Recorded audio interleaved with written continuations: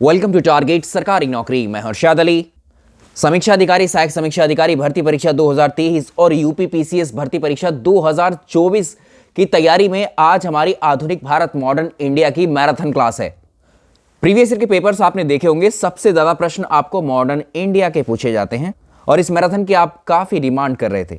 आपसे रिक्वेस्ट है, please video को आप एक लाइक जरूर करें यदि आपको पसंद आती है और इसको शेयर भी कीजिएगा। जो लोग इस चैनल पर पहली बार विजिट कर रहे हैं और आगामी परीक्षाओं की तैयारी के साथ हमारे साथ जुड़ना चाहते हैं, चैनल को सब्सक्राइब करके बेल आइकन जरूर प्रेस कर लें ताकि हमारी वीडियोस के नोटिफिकेशंस आपको समय से मिल सकें। इसके अलावा हमारे टेलीग्राम चैनल को ज्वाइन कर लीजिएगा, डिस्क्रिप्शन में लिंक है, अपडेट होगा उसका। और ये चैनल का व्हाट्सअप नंबर है, इसके माध्यम से भी कोई नोटिफिकेशन, कोई जानकारी या व्हाट्सअप नोट्स आप यहां से ले सकते हैं। 971788 आइए अब शुरुआत कर लेते। आधुनिक भारत इतिहास का वो हिस्सा है जिसकी शुरुआत मानी जाती है 1707 से लेकर के वर्ष 1947 भारत की आज़ादी तक। 1707 में अगर आप देखें, मुगल साम्राज्य चल रहा था और मुगल साम्राज्य में जो एक शासक था औरंगजेब की मृत्यु के बाद में मुगल साम्राज्य का विघटन होना शुरू हो जाता है, क्योंकि उसके बाद से कमजोर शासक आते हैं जो इस सत्ता को या मुगल शासन को एक तरीके से ठीक से नहीं चला पाते हैं। और क्योंकि मुगल साम्राज्य के समय में ही भारत में ब्रिटिश कंपनियों का आगमन हो चुका था, तो यूरोपीय का भारत में आगमन, देखो आधुनिक भारत को हम दो हिस्सों में बांट करके पढ़ेंगे। एक तो भाग 1 जिसमें ये चैप्टर्स रहेंगे, एक भाग 2 जिसमें ये चैप्टर हैं।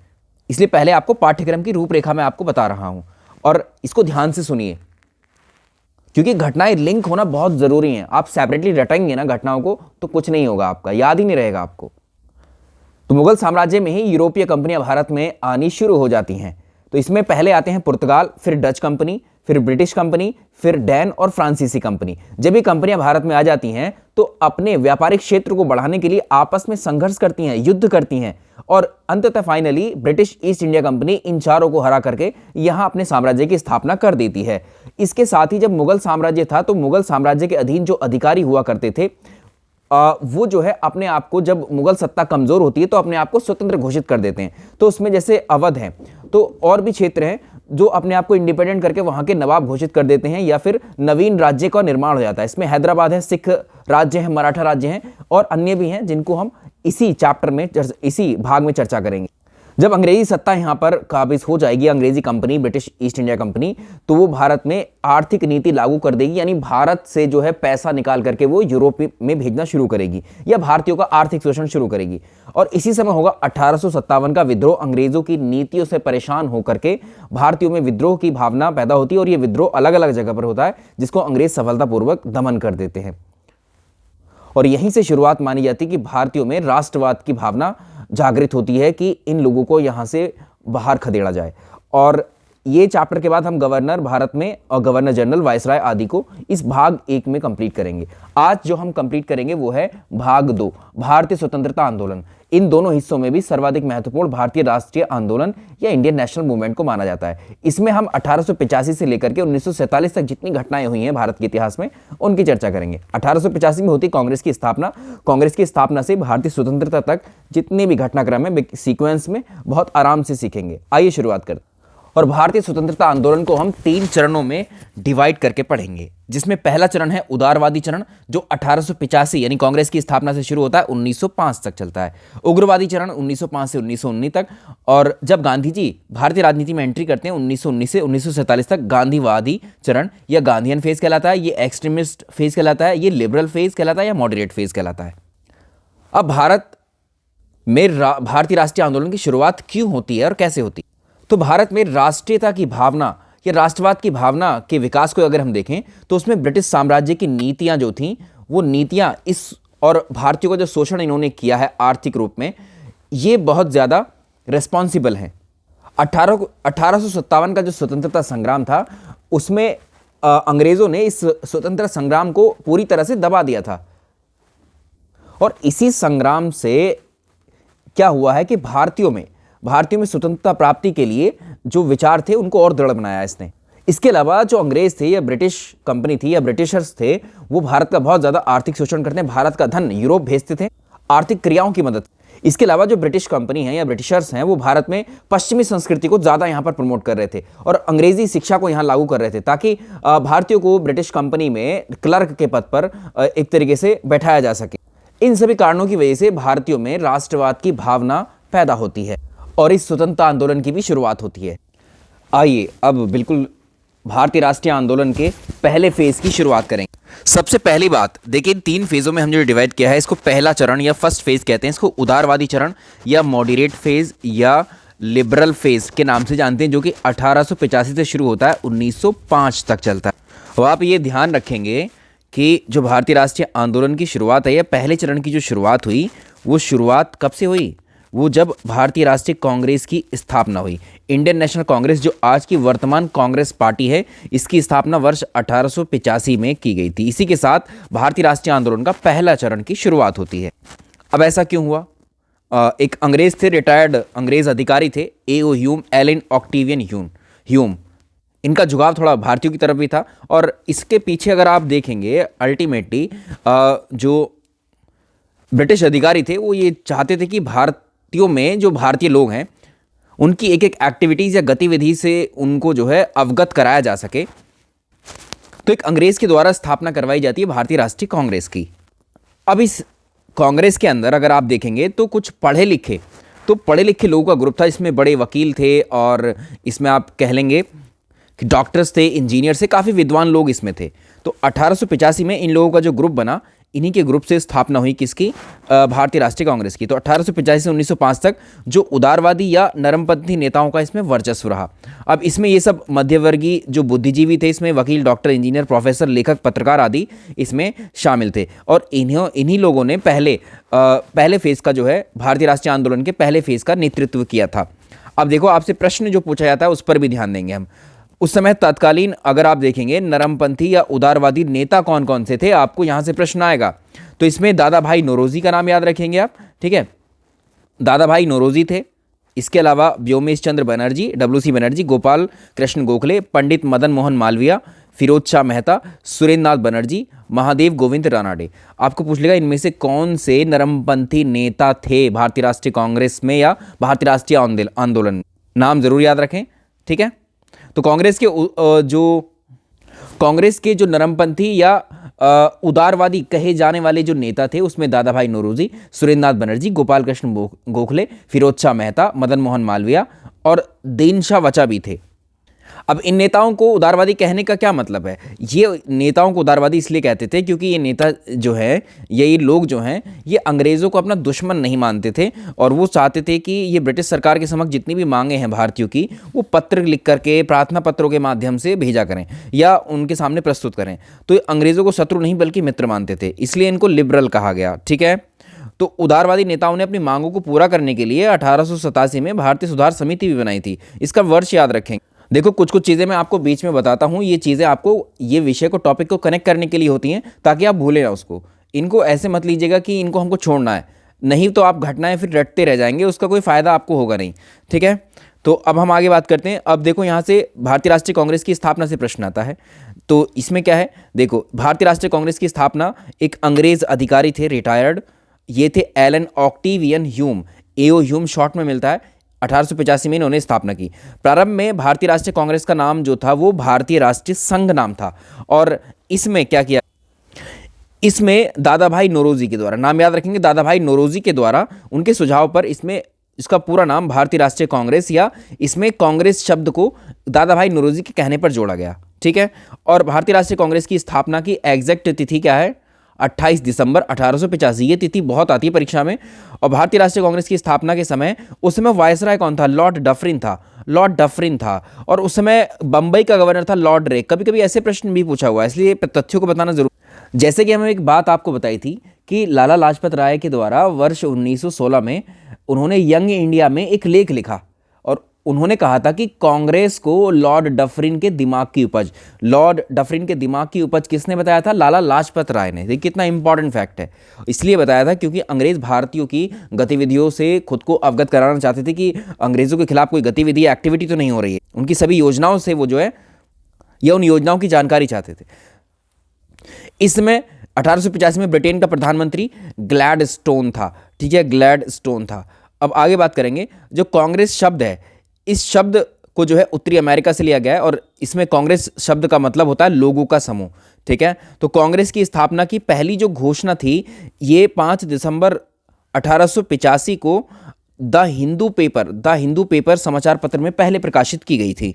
अब कांग्रेस की स्थापना हो गई तो प्रत्येक साल, हर साल इसके अधिवेशन होना शुरू होते हैं और उसमें उस साल में क्या क्या उनके उद्देश्य रहेंगे, क्या क्या टारगेट्स, गोल अचीव करने के लिए उस पर चिंता या वार्ता होती थी। अब इसमें सबसे पहले कांग्रेस का पहला अधिवेशन होता 1885 में और इसकी अध्यक्षता करने वाले थे व्योमेश चंद्र बनर्जी। अब ये पहले अधिवेशन से कुछ क्वेश्चन ज़्यादा इंपॉर्टेंट है जो पूछे जाते रहे हैं अभी तक। पहले अधिवेशन का आयोजन पहले कहाँ पर होना था? पुणे में होना था। ठीक है, तो इसको पुणे में होना था, लेकिन वहाँ पर प्लेग बीमारी फैलने की वजह से इसको जो है बंबई में आयोजित किया गया। तो कहाँ पर हुआ? कोई भी अधिवेशन का वर्ष पूछ सकता है, वर्ष ज़्यादा इंपॉर्टेंट नहीं है, उसके अध्यक्ष को ज़रूर पूछेगा और उस अधिवेशन में क्या महत्वपूर्ण कार्य किया गया इस पर वो प्रश्न पूछता है। तो 22 दिसंबर को ही बंबई के ग्वालिया टैंक नाम की एक जगह है, वहीं पर है गोकुल दास तेजपाल संस्कृत कॉलेज, इसका नाम भी पूछा हुआ है। इसमें 72 सदस्यों ने भाग लिया था और कांग्रेस का पहला अधिवेशन हुआ। ठीक है, अब एक नरमपंथी नेता थे कौन? दादा भाई नौरोजी। उनको grand old man of India भी कहा जाता है, कभी ये आपने पहले प्रश्न पढ़ा होगा। ठीक है, तो 1885 में देश भर के 72 प्रतिनिधियों ने बंबई में जो सभा करके भारतीय राष्ट्रीय कांग्रेस की स्थापना की, या फिर पहला आप कहेंगे पहला अधिवेशन हुआ यहाँ पर।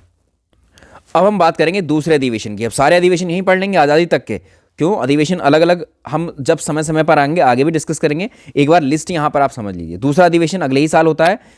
शुरुआत के 4 से 5 अधिवेशन बहुत इंपॉर्टेंट है सवालों के लिहाज से।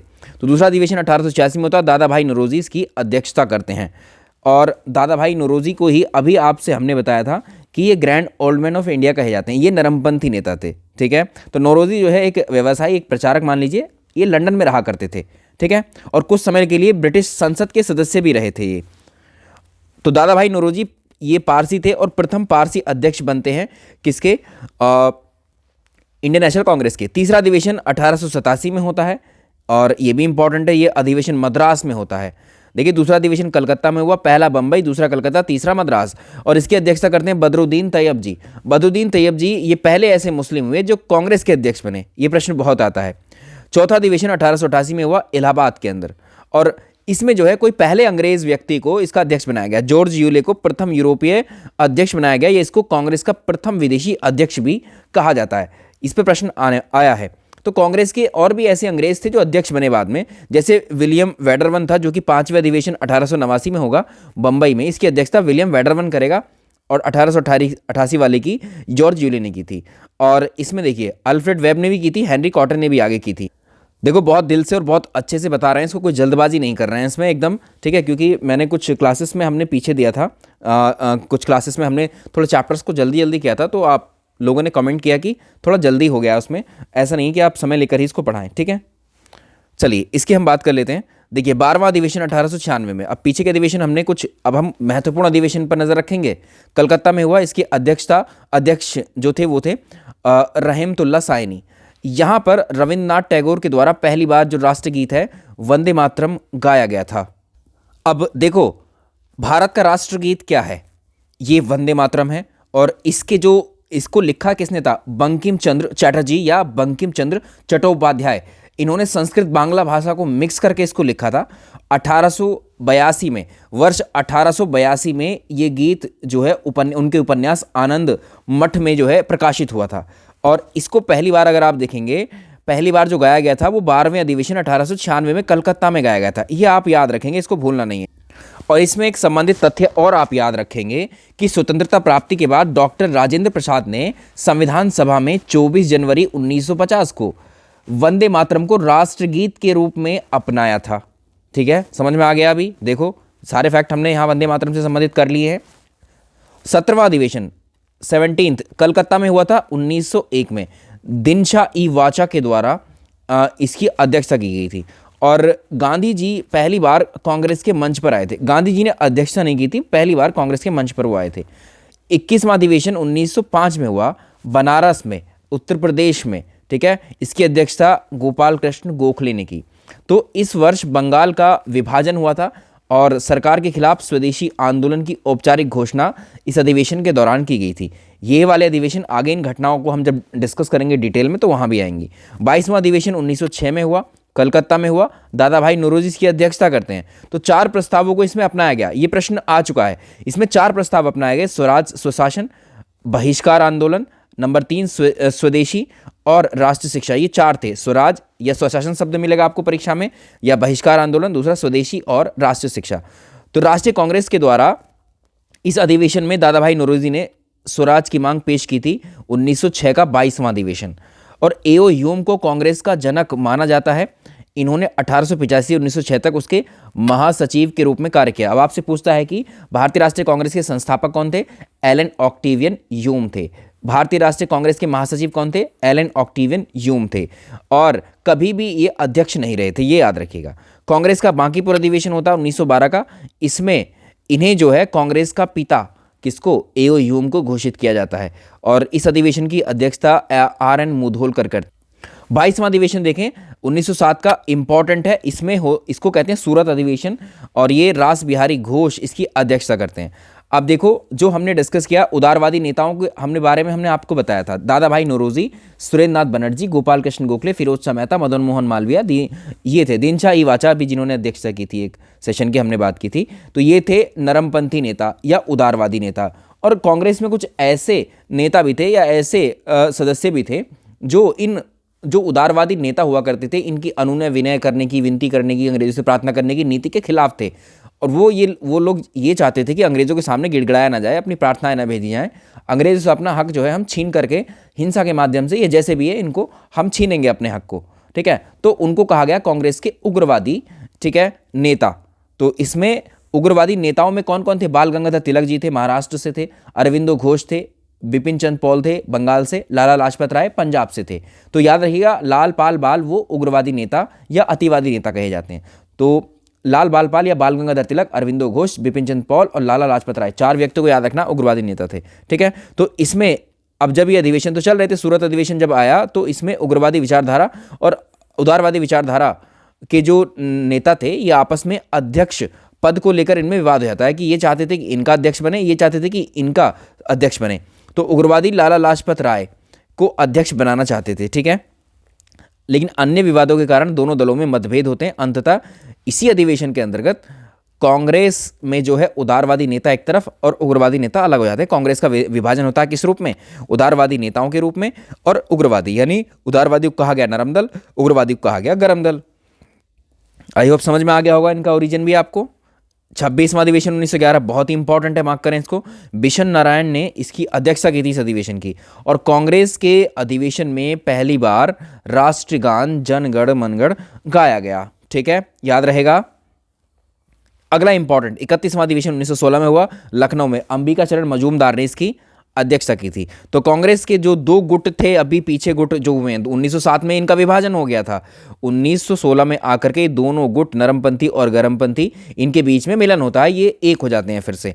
और इसमें राजनीतिक सहमति बनाने के लिए इधर कांग्रेस और मुस्लिम लीग, ये दोनों पार्टी थी, इनके बीच में एक समझौता होता है, इसको लखनऊ समझौता कहते हैं। अब इसमें 2 इवेंट हुए। 31वें अधिवेशन में 1916 में लखनऊ में जो हुआ था, इसकी अध्यक्षता अंबिका चरण मजूमदार ने की थी। इसमें एक तो नरमपंथी और गरमपंथी दल दोनों का मिलन हुआ था। इसके अलावा कांग्रेस और मुस्लिम लीग के बीच में भी समझौता हुआ था, इसलिए इसको इंपॉर्टेंट माना जाता है। और यहाँ से प्रश्न बहुत उठता है। 32वां अधिवेशन 1917 में हुआ कलकत्ता में। अब ये भी इंपॉर्टेंट है क्योंकि इस अधिवेशन की अध्यक्षता पहली बार कोई महिला करती हैं। तो महिला थी एनी बेसेंट। तो एनी बेसेंट कांग्रेस की पहली महिला अध्यक्ष बनती हैं, या कांग्रेस की प्रथम विदेशी महिला अध्यक्ष बनती हैं, ये भारतीय नहीं। चलिए आगे बात करते हैं।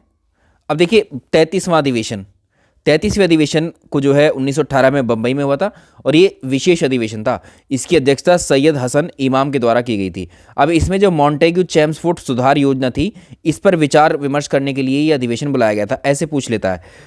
34वां अधिवेशन 1919 में हुआ अमृतसर में। तो इसकी अध्यक्षता मोतीलाल नेहरू करते हैं। और कांग्रेस ने जो है खिलाफत आंदोलन को इसमें समर्थन दिया था। आगे हम बात करेंगे। खिलाफत आंदोलन 1920 में शुरू हुआ था। 35वें अधिवेशन को 1920 में किया गया, नागपुर का अधिवेशन था। ये वीर राघवाचारी ने किया था और मोहम्मद अली जिन्ना ने कांग्रेस को लेफ्ट किया था। इसके अलावा एक 1920 में एक विशेष अधिवेशन और होता है कलकत्ता में, जिसकी अध्यक्षता लाला लाजपत राय करते हैं। महात्मा गांधी ने असहयोग प्रस्ताव जो है यहाँ पर पेश किया था। 39वां अधिवेशन, अब देखो अब इसमें एक ये याद रखना है, ये वाला 39वां अधिवेशन हुआ 1924 में।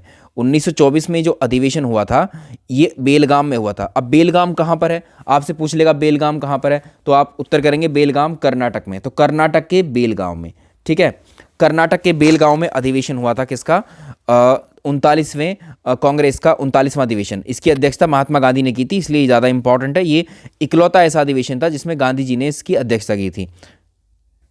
अगला देखेंगे 40वां अधिवेशन 1925 में हुआ कानपुर में।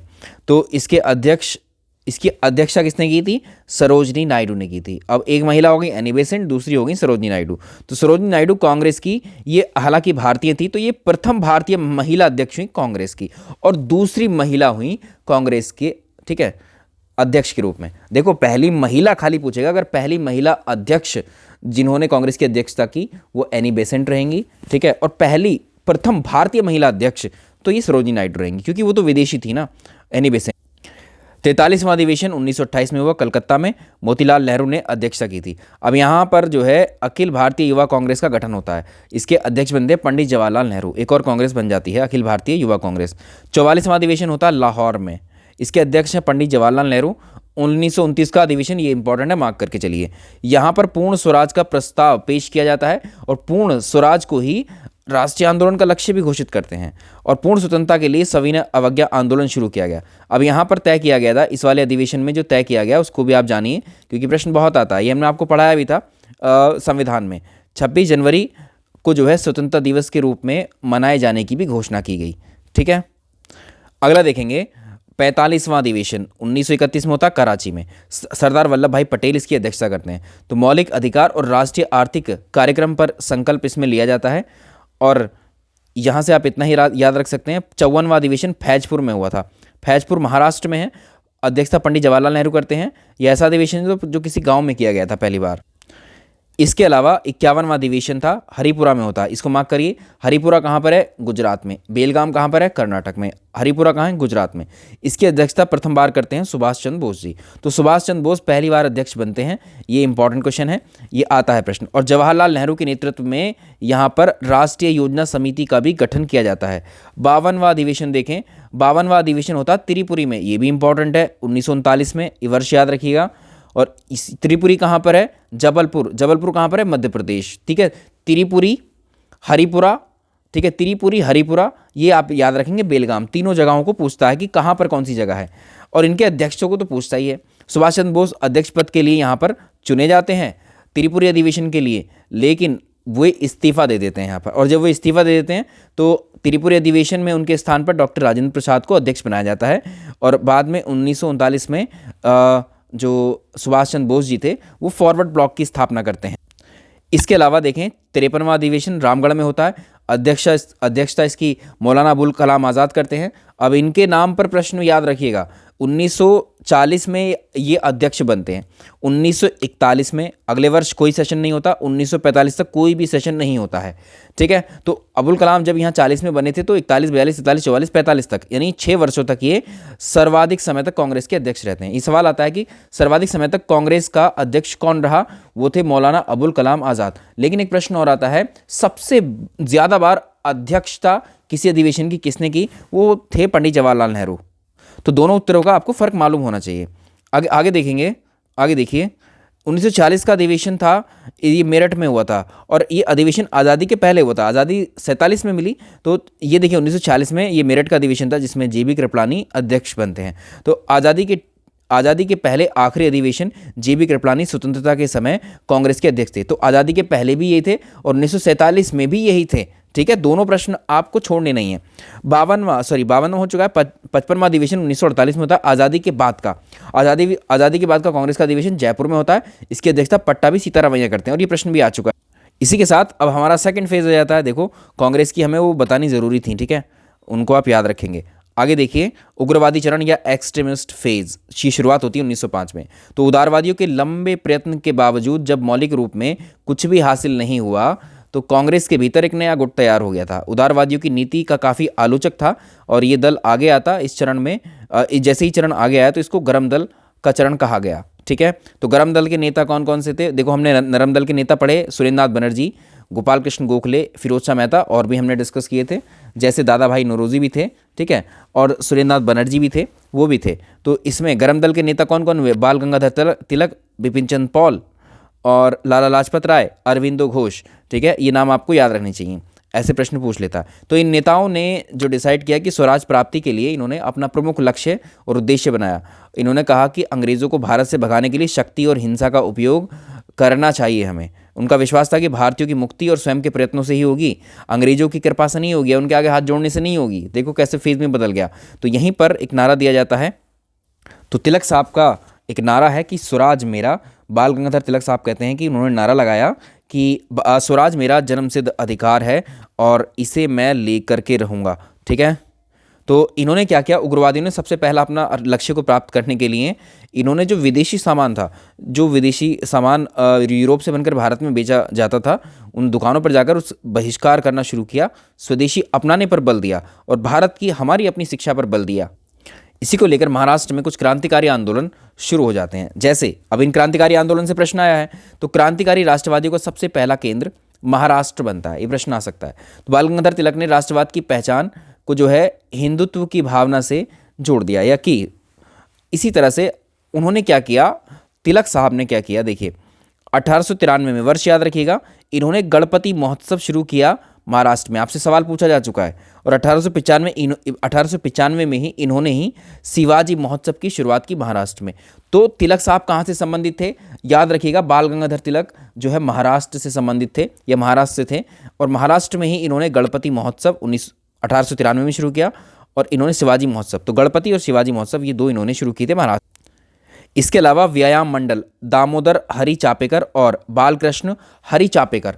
चापेकर नाम सुनेंगे तो इनको चापेकर बंधु कहते हैं, दोनों भाई थे ये। तो चापेकर बंधु में कौन कौन थे? दामोदर हरि चापेकर, बालकृष्ण हरि चापेकर। इन्होंने मिलकर के 1896-97 में महाराष्ट्र में पूना में ही व्यायाम मंडल की स्थापना की। याद रहेगा, ऐसे प्रश्न बहुत आते हैं। तो पूना में 22 जून 1897 को जो है हीरक जयंती समारोह से लौटते हुए पूना का एक फ्लैग कमिश्नर था मिस्टर रैंड, ठीक है, मिस्टर रैंड, और उनका एक साथी था लेफ्टिनेंट एरस्ट, इसकी हत्या कर देते हैं चापेकर बंधु। ये इवेंट हमें बताना ज़रूरी है ताकि आपको याद रहे, क्योंकि इवेंट पर प्रश्न पूछा हुआ है प्रीवियस ईयर में। उसको मैं कराऊंगा आपको तो क्लियर हो जाएगा, मतलब क्वेश्चन कराऊंगा आप, ये तो अभी यहीं क्लियर हो जाएगा। क्वेश्चन कराएंगे तब आपको समझ में आएगा कि हाँ देखो, जितना हमने पढ़ा है अभी वो सब हमने कैसे क्रम में दिया है आपको। ठीक है, तो हत्या के आरोप में जो दामोदर हरि चापेकर है, इनको 18 अप्रैल को 1898 में इनको फांसी दे दी जाती है अंग्रेज़ों के द्वारा। भाई सेशन को आप लोग लाइक कर दीजिएगा यदि भूल गए हैं, या बाद में जिन्होंने सेशन को ज्वाइन किया है आपसे रिक्वेस्ट है आप इस सेशन को लाइक कर दीजिएगा। आगे हम बात करते हैं, देखें तो इसमें क्या है, 1800 ये तो हो गया। 1917 में आतंकवाद की घटनाओं की जांच करने के लिए कमीशन बैठाया जाता है, रॉलेट कमीशन। कमीशन के नाम याद रखेंगे, वर्ष इंपॉर्टेंट है 1917। इसने पूना की इन घटनाओं को जो है संज्ञा दी भारतीय आतंकवाद का पहला विस्फोट। अब देखो याद रखिएगा, पूना में ये जो हत्या हुई थी, ठीक है, तो इसको भारतीय आतंकवाद का पहला विस्फोट इस रॉलेट कमीशन ने बताया था।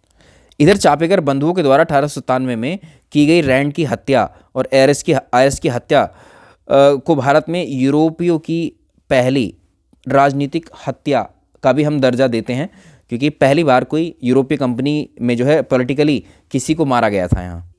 आप लोग जो लोग पीसीएस की तैयारी कर रहे हैं, हमारा पीसीएस 2025 के लिए 24 वाला तो हालांकि इस पेपर के बाद ही आ जाएगा, आपका समय नहीं रहेगा, लेकिन जो बहुत डिटेल तैयारी करना चाहते हैं, डिटेल क्या, उसके सिलेबस के अकॉर्डिंग जो तैयारी आप करना चाहते हैं, तो आप हमें इस नंबर पर संपर्क कर सकते हैं व्हाट्सएप पर, ठीक है, 9717887881 पर, ठीक है। तो जो लॉन्ग टर्म में टारगेट कर रहे हैं पीसीएस का, 40 साल मैक्सिमम एज है उसकी, ठीक है, तो उसकी तैयारी तो आप हमेशा क्या आप अभी तैयारी कर सकते हैं। 1 से 2 साल में आप सिलेबस, आपका साल भर में सिलेबस कंप्लीट हो जाएगा और फिर आप आराम से, इतना आपको करवाया जाएगा कि आराम से पीटी लेकर मेंस तो आप लिख सकते हो, और मेंस भी बहुत अच्छे से लिख पाओगे आप, ठीक है। तो आप हमसे संपर्क कर सकते हैं 9717887881 पर। तिलक साहब के बारे में आप जान लेते हैं। तिलक साहब का जन्म हुआ था 1856 में, ठीक है, और 1856 में इनका जन्म हुआ था कहाँ पर? महाराष्ट्र में एक गांव है चिखली। महाराष्ट्र के रत्नागिरी में चिखली गांव में हुआ था। और 1 अगस्त 1920 को इनकी जो है मृत्यु हो गई थी। अब इनको एक उपाधि मिली थी लोकमान्य की। तो लोकमान्य की उपाधि किसके नाम थी, ये प्रश्न भी आता है। लोकमान्य की उपाधि दी गई थी बाल गंगाधर तिलक को। तो तिलक ऐसे पहले व्यक्ति हुए जिन्होंने 1882 में पत्रकारिता के लिए सजा हुई थी। और ये सजा उनको जो है, जो केसरी है पत्रिका, केसरी में जो कोल्हापुर के महाराज के प्रति दुर्व्यवहारपूर्ण लेख लिखने पर अंग्रेज़ों ने ये सज़ा उनको दी थी। इसके अलावा आप देखेंगे कि संपूर्ण महाराष्ट्र में कर न देने के कारण जो है, कर न देने का आंदोलन भी चलाया गया। इसके लिए इनको लोकमान्य की उपाधि दी गई। और 1897 में अभी हमने देखा चापेकर बंधुओं ने रैंड और एरेस्ट की जो हत्या की थी उसको इन्होंने सही बताया था, ठीक है। और इस कारण इनको सही बताया तो राजद्रोह का इन पर केस लगा करके 18 महीने की सज़ा इनको दी गई थी। देखो घटनाएं कैसे जुड़ी हुई हैं आपस में, है ना। 24 जून की बात है ये, 24 जून 1908 को डेट्स इसलिए हाईलाइट की क्योंकि इंपॉर्टेंट है। ये तिलक साहब को फिर से गिरफ्तार किया गया और केसरी में प्रकाशित लेखों के आधार पर राजद्रोह का मुकदमा चलाकर 6 वर्ष की सज़ा दी गई। इस बार उनको मांडले जेल में, मांडले जेल कहाँ पर है, बर्मा में है, याद रखिएगा, वहीं पर इनको मांडले जेल में रखा गया। और वहाँ पर उन्होंने एक किताब लिखी, गीता रहस्य। तो गीता रहस्य किताब किसने लिखी है, तिलक साहब ने लिखी। और लंदन टाइम्स के संवाददाता और इंडियन अनरेस्ट के लेखक थे वैलेंटाइन चिरोल, इसका नाम भी याद रखिएगा अंग्रेज़ का। और इसी ने कहा था कि भारतीय अशांति का जन्म किसको, या भारतीय अशांति का जनक किसको कहा था, तिलक साहब को कहा। इसमें एक चीज़ और याद रखिएगा, तिलक साहब एकमात्र ऐसे प्रसिद्ध कांग्रेसी नेता थे जो कभी भी इंडियन नेशनल कांग्रेस के अध्यक्ष नहीं बने थे। अगला नाम वीडी सावरकर, वीर दामोदर सावरकर। ये नाम काफ़ी अभी वर्तमान में भी बहुत चर्चाओं में हमें सुनने को मिलता है। चलिए, तो इनके बारे में जो प्रश्न आते हैं वो देख लेते हैं। इनका जन्म हुआ था 1883 में, कहाँ पर, नासिक के भागुर में। इनकी मृत्यु 1966 में हुई थी। और इनको वीर सावरकर के नाम से, विनायक दामोदर सावरकर को वीर सावरकर के नाम से भी हम लोग जानते हैं। अब इनके द्वारा महत्वपूर्ण जो स्थापनाएं हैं वो भी याद रखनी है। और इन्होंने क्या किया था, इन्होंने मित्र मेला, यहाँ पर डेट चेंज करिएगा जिनके पास भी ये नोट्स रहेंगे, ठीक है। मैं यहाँ पर आपको करेक्ट कर देता हूँ, ठीक है। यहाँ पर आप याद रखेंगे ये वर्ष। मित्र मेला की स्थापना किसके द्वारा की गई थी, 1889 में। ये किसके द्वारा की गई थी, वीडी सावरकर के द्वारा की गई थी, याद रहेगा आपको ये। चलिए, तो नासिक में ही शुरुआत की गई थी। इसके बाद में वीडी सावरकर थे इसके। ये किस लिए की गई थी, गणपति उत्सव मनाने के लिए। अभिनव भारत की भी शुरुआत ये 1904 में की गई थी, नासिक में ही की गई थी, वीडी सावरकर ने की थी, ठीक है, याद रहेगा। तो विनायक दामोदर सावरकर के द्वारा 1904 में जो स्थापित मित्र मेला उन्होंने बनाई थी, वो गुप्त सभा के रूप में अभिनव भारत में परिवर्तित हो गई थी। तो बाद में जो मित्र मेला थी उसी को अभिनव भारत कहा जाने लगा, इंपॉर्टेंट है। इसके साथ ही, ठीक है, तो अभिनव भारत की शाखाएं महाराष्ट्र के अलावा कर्नाटक और मध्य प्रदेश में भी स्थापित की गई थी बाद में। तो अभिनव भारत में जो पांडुरंग महादेव वापट हैं, इनको रूसी क्रांतिकारियों से बम बनाने की कला सीखने के लिए भी पेरिस भेजा गया था। अब एक चीज़ और याद रखेंगे हम लोग कि हिंदू राष्ट्रवाद की राजनीति, जो विचारधारा है हिंदुत्व की, उसका श्रेय जो है सावरकर को जाता है, वीर सावरकर। इसमें एक प्रश्न भी आता है कि सावरकर ने भारत को सामूहिक रूप से हिंदू पहचान बनाने के लिए हिंदुत्व शब्द इन्हीं का गढ़ा हुआ था, ठीक है। तो हिंदुत्व शब्द की विचारधारा या हिंदुत्व शब्द किसने दिया था, ये वीर सावरकर ने दिया। अब देखो, ये तो हमने पढ़ लिया। अब दूसरा जो होता है फेज, सेकंड फेज में होता है बंगाल का विभाजन। देखो, राष्ट्रीय आंदोलन के लक्ष्यों को अगर आप देखेंगे, राष्ट्रीय आंदोलन के लक्ष्यों और तरीकों को प्रभावित करने और राष्ट्रीय आंदोलन की दिशा को बदलने के लिए बंगाल विभाजन ने सबसे प्रभावकारी भूमिका निभाई।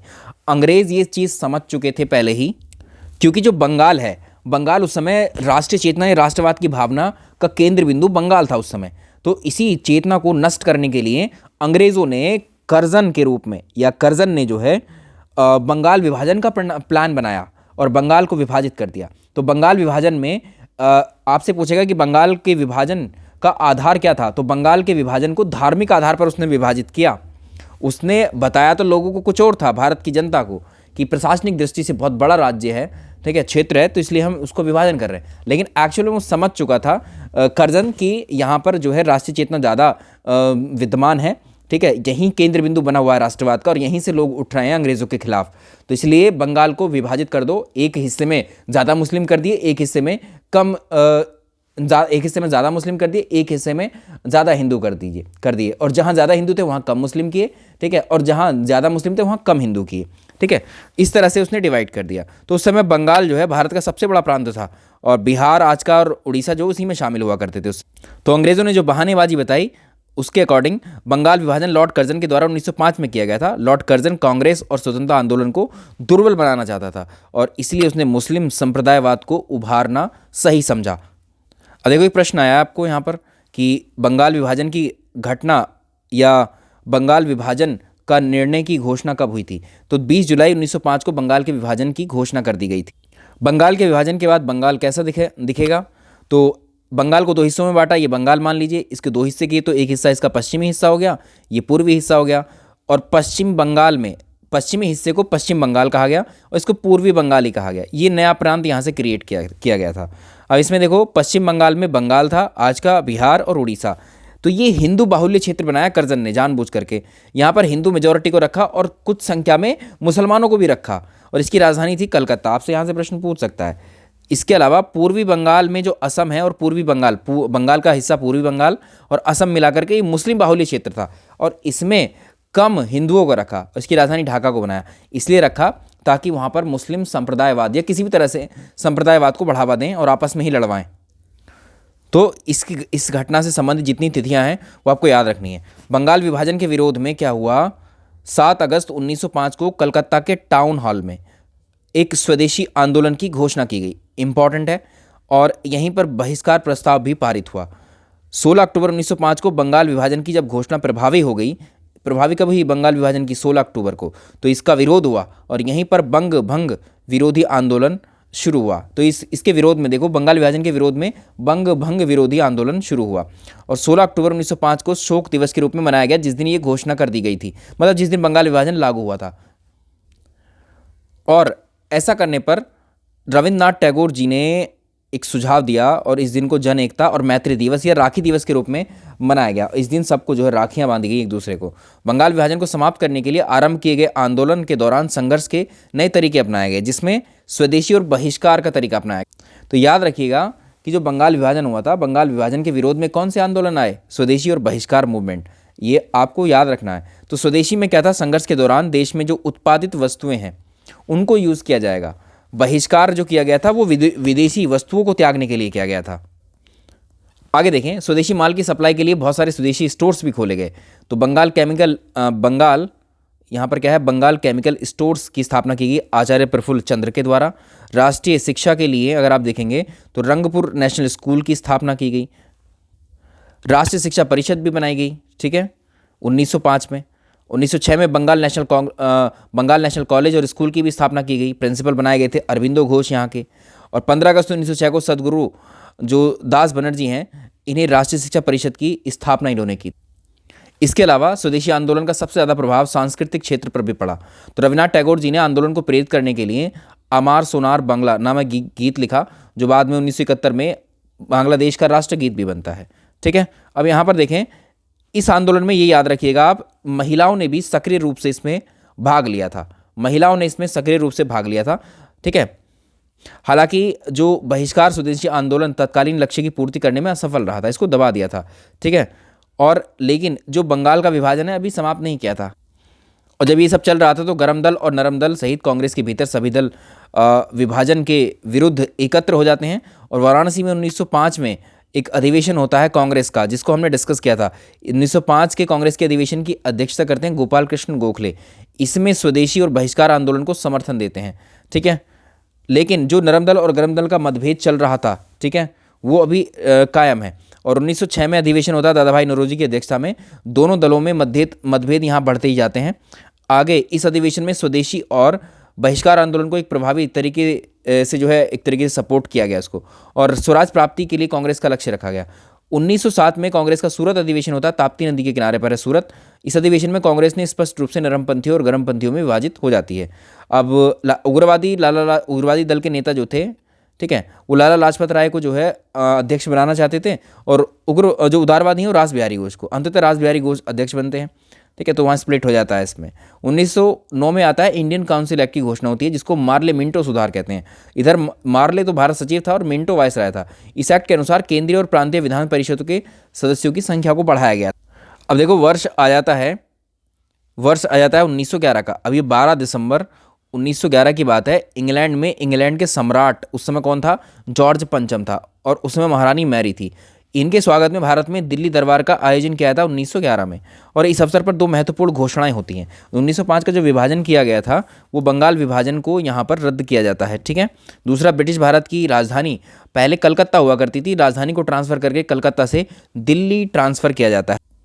और 1 अप्रैल 1912 को भारत की राजधानी दिल्ली बनी, ठीक है। इसके अलावा क्रांतिकारी गतिविधियां भी होती हैं यहाँ पर, उनको भी देखना ज़रूरी है। तो कौन कौन सी हैं देखिए, यहाँ पर महाराष्ट्र में अभिनव भारत सोसाइटी की स्थापना की जाती है। अनुशीलन समिति की स्थापना बंगाल में की जाती है। और अब क्या होता है, किंग्स फोर्ट की हत्या का प्रयास होता है 1908 में। तो ये प्रश्न भी आता है। तो इसमें क्या हुआ, इसमें देखें, खुदीराम बोस और प्रफुल्ल चाकी के द्वारा किंग्स फोर्ट की बग्गी है, इस पर एक बम फेंका जाता है जिसमें बाल बाल बचता है। लेकिन दुर्भाग्य से उस गाड़ी में राष्ट्रीय आंदोलन सहानुभूति रखने वाले, देखिए एक और व्यक्ति थे, अंग्रेजी थे, मिस्टर कैनेडी। ये भारतीय राष्ट्रीय आंदोलन से काफ़ी सहानुभूति थी, सपोर्ट भी करते थे। तो इनकी मिस्टर कैनेडी और इनकी पत्नी मारे जाते हैं। ये जिसको मारने के लिए गए थे वो बच जाता है इसमें, ठीक है। तो इसमें जो है किंग्स फोर्ट की हत्या का प्रयास होता है, इसलिए 1908 में, इसलिए प्रयास बोला गया। जो किंग्स फोर्ट था उस समय बिहार का न्यायाधीश था।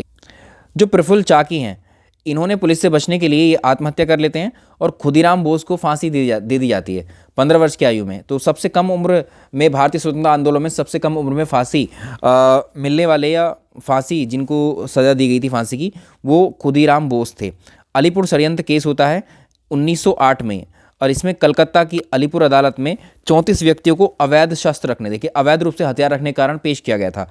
और यही मुकदमा अलीपुर जो है षड्यंत्र केस कहलाया, इसके नाम से फेमस है। तो इस केस में सरकारी गवाह बने थे नरेंद्र गोसाई, और इनको सत्येंद्रनाथ, देखो इसमें सरकारी गवाह की तरफ से कौन गए थे, ये थे नरेंद्र गोसाई। कभी पूछ दे प्रश्न आपसे, इनकी हत्या की, नरेंद्र गोसाई की हत्या करी किसने? सत्येंद्रनाथ घोष ने। एक हावड़ा षड्यंत्र केस हुआ था।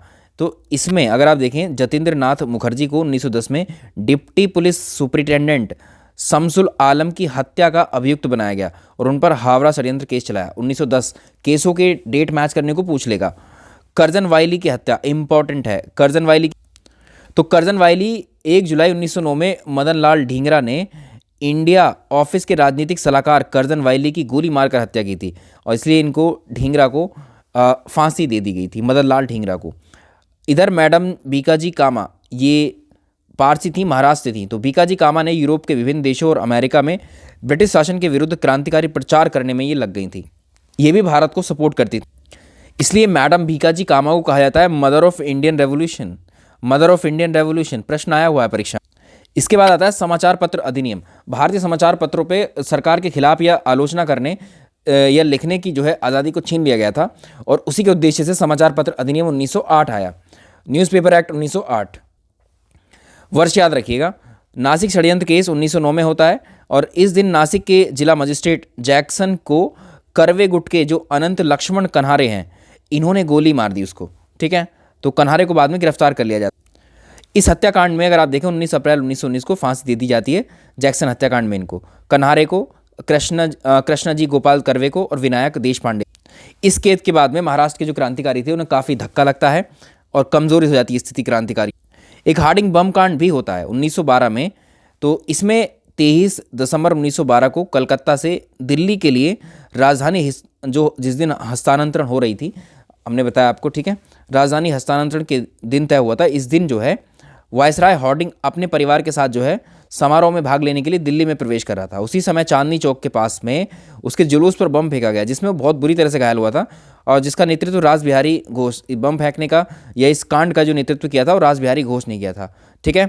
और साथ में थे बसंत विश्वास, अमीर चंद, अवध बिहारी, ये नाम याद रखिए। इसके अलावा 13 व्यक्तियों को इसमें गिरफ्तार किया गया था, उन पर मुकदमा चलाया, जिसमें रास बिहारी घोष, अमीर चंद, बाल मुकुंद को फांसी दी गई थी। अब ये समय देखो, इस समय में प्रथम विश्व युद्ध हो रहा था। 1914 से 18 के बीच में प्रथम विश्व युद्ध हो चुका था वर्ल्ड लेवल पर। तो प्रथम विश्व युद्ध के समय भारत के वायसराय उस समय लॉर्ड हार्डिंग था, 1910 से 1916 तक बनता है। और 1913 में गदर पार्टी की स्थापना होती है, गदर आंदोलन की। 1 नवंबर 1913 को अमेरिका में सैन फ्रांसिस्को नगर में लाला हरदयाल के द्वारा गदर पार्टी की स्थापना की जाती है। फैक्ट याद रहेगा आपको, ये पूछा जाता है। 1916 में आता है होम रूल लीग आंदोलन। 1916 में 16 अप्रैल को शुरू होता है। तिलक साहब शुरू करते हैं इसको, कहाँ से? तिलक साहब ने इसको बेलगांव में एक प्रांतीय सम्मेलन में होम रूल लीग के गठन की घोषणा की। और इसके अध्यक्ष कौन थे? Joseph Baptista. समझ में आ गया? तो एनी बेसेंट के समर्थनों, जो एनी बेसेंट थी, इनके समर्थकों ने भी इस दिशा में कदम उठाया और ये भी होम रूल लीग की स्थापना करते हैं। तो 2 होम रूल लीग आंदोलन थे, इन दोनों को याद रखिएगा। कौन कौन से थे देखें तो देखो, सितंबर 1916 में एनी बेसेंट ने होम रूल लीग की स्थापना की और जॉर्ज अरुंडेल को इसका सचिव नियुक्त किया। 2 जनवरी 1916 को लंदन में भारतीय होम रूल लीग की स्थापना की गई। 1916 में अगर आप देखो तो पहले जो स्थापना की थी वो तिलक साहब ने की थी। सबसे पहले होम रूल जो है आयरलैंड में रेडमंड के नेतृत्व में होम रूल लीग की स्थापना की गई थी। होम रूल लीग का या होम रूल का मतलब होता है स्वशासन। कभी ये प्रश्न भी पूछ दे आपसे, ठीक है। इसके अलावा एनी बेसेंट के होम रूल आंदोलन को Akhil Bharatiya home rule league भी कहा जाता है, ये भी याद रखेंगे हम लोग। तो 1920 में गांधी जी ने Akhil Bharatiya home rule league का अध्यक्ष निर्वाचित होने के बाद में इसका नाम परिवर्तित करके स्वराज सभा कर दिया था। अब देखो, दोनों में अंतर आप याद रखेंगे। तिलक साहब का होम रूल था, जो आंदोलन था, वो महाराष्ट्र कर्नाटक वाले क्षेत्र में था। इन्होंने बेलगाम कर्नाटक को इसका हेडक्वार्टर बनाया। इसके अध्यक्ष जोसेफ बैप्टिस्टा को बनाया और इनका उद्देश्य था स्वराज मेरा जनसिद्ध अधिकार है, मैं इसे लेकर रहूंगा। इसका प्रचार केसरी और मराठा पत्रिकाओं के माध्यम से किया गया। एनी बेसेंट का जो होम रूल लीग था वो मद्रास तमिलनाडु में ही, साउथ इंडिया में ही था। इसका जो मद्रास आरडीआर में बनाया गया था, इसका हेडक्वार्टर जॉर्ज अरुंडेल इसका सचिव था और इसका उद्देश्य सुशासन की स्थापना करना था। इन्होंने जो प्रचार किया था इसका, वो कॉमनवेल्थ और न्यू इंडिया पत्रिका के माध्यम से। 1916 में ही होता है एक समझौता, जो हम पीछे भी देख चुके हैं। लखनऊ कांग्रेस अधिवेशन की अध्यक्षता अंबिका चरण मजूमदार करते हैं। पंडित मदन मोहन मालवीय इसका विरोध भी करते हैं और इसी समझौते पर कांग्रेस और मुस्लिम लीग दोनों हस्ताक्षर करते हैं और स्वराज प्राप्ति की मांग करते हैं। इस अधिवेशन में नरम दल और गरम दल एकजुट हुए थे। 1917 में कांग्रेस का अधिवेशन हुआ, जिसकी अध्यक्षता एनी बेसेंट ने की थी, जिसमें एनी बेसेंट कांग्रेस की अध्यक्ष बनने वाली पहली महिला हुई। देखो, सारी घटनाएं वो यहाँ पर आ गई हैं। मॉन्टेग्यू घोषणा हुई थी 1917 में। इसको देखिए, 8 जुलाई में मॉन्टेग्यू चैम्सफोर्ड रिपोर्ट प्रकाशित हुई और तिलक ने मॉन्टेग्यू घोषणा को सूर्य विहीन उषा काल की संज्ञा दी थी। इसको भी याद रखिएगा। तो कांग्रेस के उदारवादियों ने मॉन्टेग्यू घोषणा को भारत का मैग्ना कार्टा बोला था, ये भी याद रखेंगे। मॉन्टेग्यू चैम्सफोर्ड सुधार में 1919 में क्या था एक्चुअली, तो इसमें भारत शासन अधिनियम, इसको भारत शासन अधिनियम के नाम से भी जानते हैं। प्रांतों में पहली बार द्वैध शासन प्रणाली को इसके तहत शुरू किया गया था। अब प्रश्न आता है कि भारत में द्वैध शासन को किस एक्ट के थ्रू लागू किया गया था? या तो मॉन्टेग्यू चैम्सफोर्ड सुधार मिलेगा ऑप्शन में आपको, या ये नहीं मिलेगा तो आपको मिलेगा भारत शासन अधिनियम 1919 वाला, ठीक है। और देखिए, इसका जन्मदाता लियोनेस कार्टिस कहा जाता है इसको। और इस अधिनियम के तहत अगर आप देखेंगे, इस अधिनियम के तहत भारत में पहली बार लोक सेवा आयोग, जो पब्लिक सर्विस कमीशंस होते हैं, यूपीएससी, पीसीएस वगैरह, ठीक है, पीएससी वाला, तो यहाँ पर आप देखेंगे कि इस अधिनियम में खंड 5 में इस अधिनियम के पारित होने के 10 वर्ष बाद जो शासन व्यवस्था कार्य कर रही थी अंग्रेजों की भारत में, उसकी जांच करने के लिए एक वैधानिक आयोग की नियुक्ति करने के संबंध में प्रावधान किया गया था और इसी प्रावधान के अंतर्गत साइमन कमीशन को भेजा गया भारत। इसके अलावा 1919 में हमने आपको एक प्रश्न करवाया था कि 1919 में कौन कौन सी घटनाएं हुई थी। तो एक घटना तो वो देख लिया आपने, मॉन्टेग्यू चैम्सफोर्ड सुधार अधिनियम आया। रॉलेट एक्ट भी 1919 में ही आया था।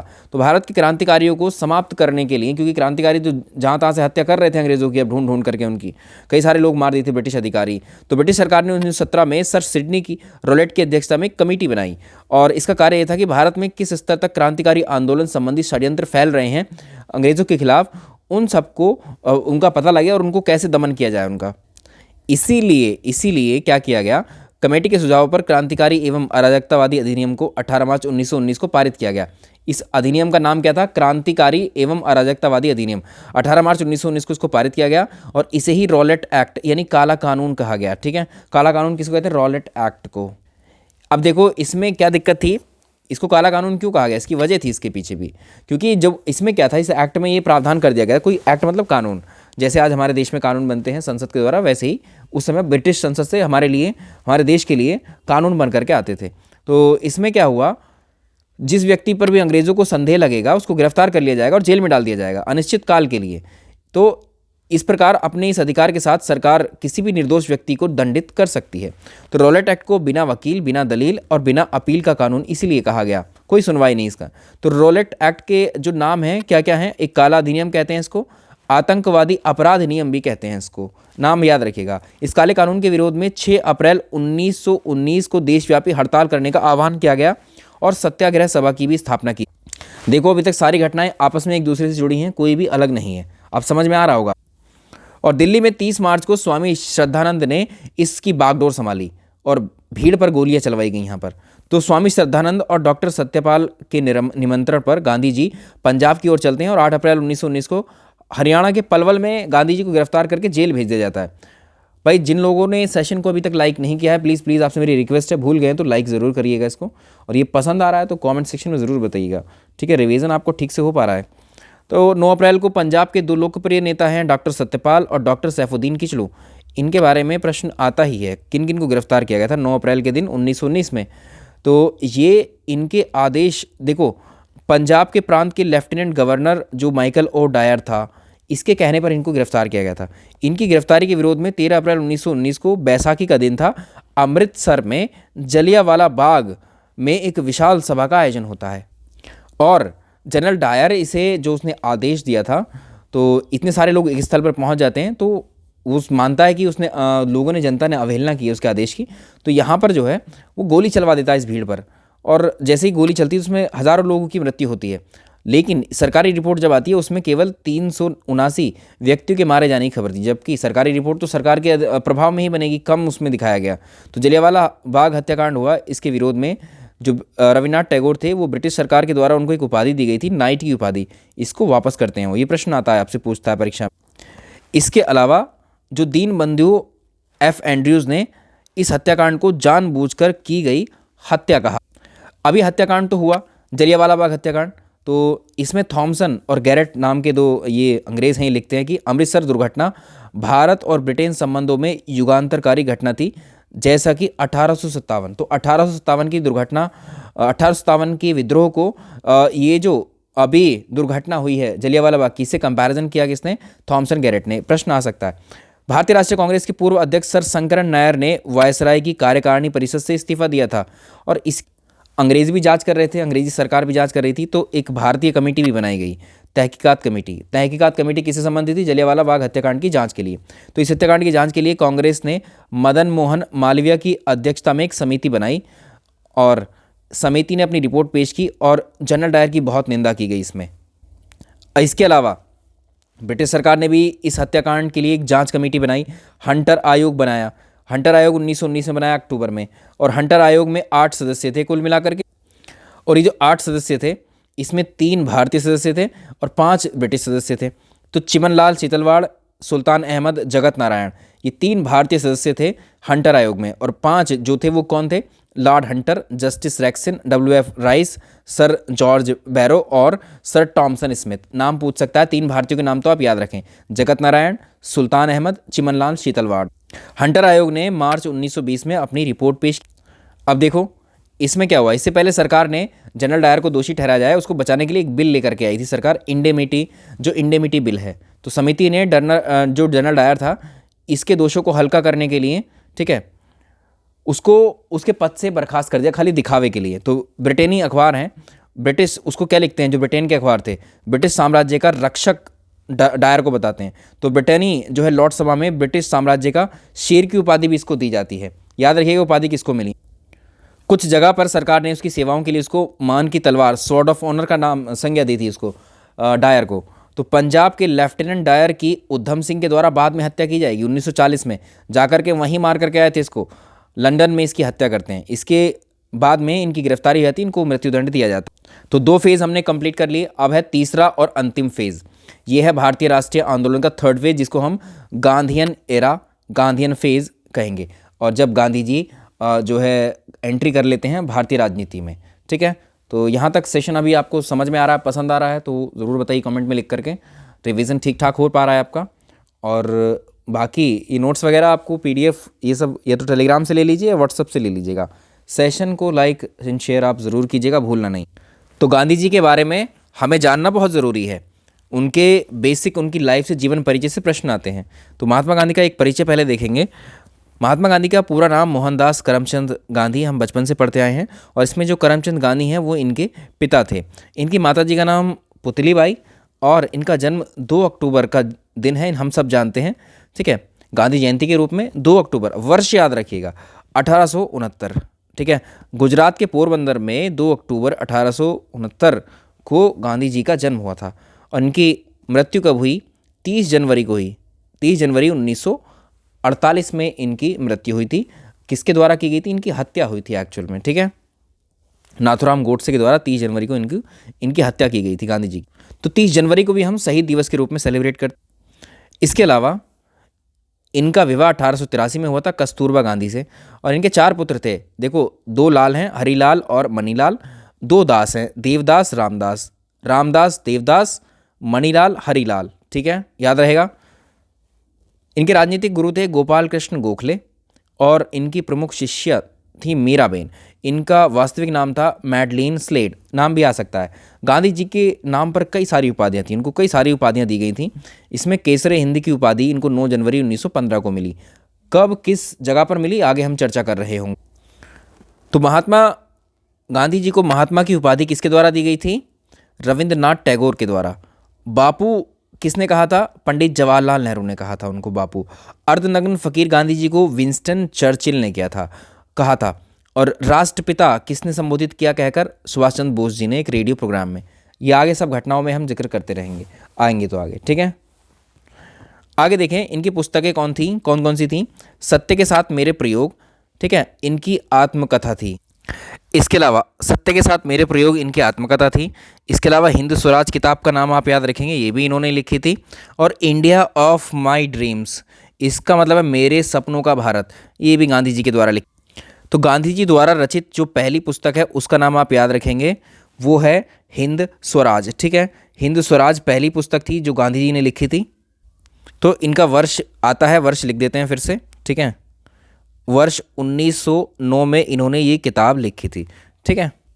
इंडिया ऑफ माई ड्रीम्स इन्होंने किताब 1947 में लिखी थी। एक और किताब यहाँ पर याद रखेंगे आप, ठीक है, ये किताब को काफ़ी कम समय में इन्होंने लिखा था। ये है अनाशक्त, या तो अनाशक्त के नाम से मिलेगा या अनाशक्ति योग, ठीक है, अनाशक्ति योग नाम की किताब भी गांधी जी ने लिखी। एक किताब और लिखी गीता माता या गीता मेरी माता, ये भी गांधी जी की लिखी हुई है। एक और किताब है सप्त महावृत, गांधी जी ने लिखी है। और एक और किताब है सुनो विद्यार्थियों, ये भी गांधी जी ने ही लिखी है। तो ये इतनी चीज़ें आपको याद रहेंगी। अब आइए आगे बात करते हैं। गांधी जी अगर आप देखेंगे तो शुरुआती दौर में गांधी जी भारत में नहीं थे। तो गांधी जी 3 वर्ष तक 1889 से लेकर के 91 तक इंग्लैंड में रहकर पहले तो उन्होंने बैरिस्ट्री की थी, ठीक है, और 1893 में दक्षिण अफ्रीका में रहकर जाकर के वहाँ पर एक व्यापार करने वाले व्यापारी थे, भारतीय मुस्लिम व्यापारी। इनका नाम पूछता है कभी भी परीक्षा में, दादा अब्दुल्ला। इनका केस लड़ने के लिए जो है दक्षिण अफ्रीका जाते हैं ये। और जब ये जा रहे थे तो गांधी जी जब डरबन से प्रिटोरिया तक रेलवे के द्वारा प्रथम श्रेणी के फर्स्ट एसी में जब वो ट्रैवल कर रहे थे तो रास्ते में मैरिट्सबर्ग जगह पर एक गोरा अंग्रेज़ ने उनको उनके डिब्बे में घुसता है और उनको धक्का देकर ट्रेन से नीचे उतार देता है। कहाँ पर, ये याद रखिएगा इसको, मैरिट्सबर्ग में, ठीक है। तो गांधी जी ने दक्षिण अफ्रीका में 1894 में एक तो नटाल इंडियन कांग्रेस की स्थापना की। वो भारतीय राष्ट्रीय कांग्रेस 1885 में स्थापना की गई थी, उसकी स्थापना पहले हो चुकी थी, ठीक है। गांधी जी तो दक्षिण अफ्रीका में थे, तो गांधी जी यहाँ पर नटाल इंडियन कांग्रेस की स्थापना करते हैं और अपने सहयोगी जर्मन शिल्पकार कालेन बाग की मदद से टॉलस्टॉय फार्म की भी स्थापना वहीं करते हैं ये। इसके अलावा दक्षिण अफ्रीका में ये इंडियन ओपिनियन नामक अखबार निकालते हैं और 1904 में फीनिक्स आश्रम की भी स्थापना करते हैं दक्षिण अफ्रीका में। तो गांधी जी ने 1906 में पहली बार दक्षिण अफ्रीका में सत्याग्रह का प्रयोग किया और 1909 में लिखित अपनी पुस्तक हिंद स्वराज में स्वराज की व्याख्या भी इन्होंने दी। अब गांधी जी भारत आएंगे, भारतीय राजनीति में प्रवेश होगा गांधी जी का। तो गांधी जी दक्षिण अफ्रीका से 9 जनवरी 1915 को भारत आते हैं और इसी दिन को आप जानते हैं हम प्रवासी भारतीय दिवस के रूप में मनाते हैं, 9 जनवरी को, याद रहेगा। और जब ये गोपाल कृष्ण गोखले के संपर्क में आते हैं तो गोपाल कृष्ण गोखले को गांधी जी अपना पहला या अपना राजनीतिक गुरु बनाते हैं। जब गांधी जी यहाँ पर आए थे, भाई 15 में आए हैं, ठीक है, और इधर 1914 से लेकर 1918 के बीच में आप जानते हैं कि प्रथम विश्व युद्ध चल ही रहा था। तो उस समय अंग्रेज़ों ने, ब्रिटिश सरकार ने गांधी जी से आह्वान किया था कि आप भारतीयों को अंग्रेज़ी ब्रिटिश सेना में भर्ती करवाएं, ठीक है। और गांधी जी ऐसा करते भी हैं। तो यहाँ पर भारतीय सैनिकों को, भारतीय लोगों को अंग्रेज़ी सेना में, ब्रिटिश सेना में ये जो है एक तरीके से सेलेक्ट करवाते हैं। और कुछ लोग फिर गांधी जी को इस संज्ञा भी देते हैं, भर्ती करने वाला सार्जेंट, ठीक है।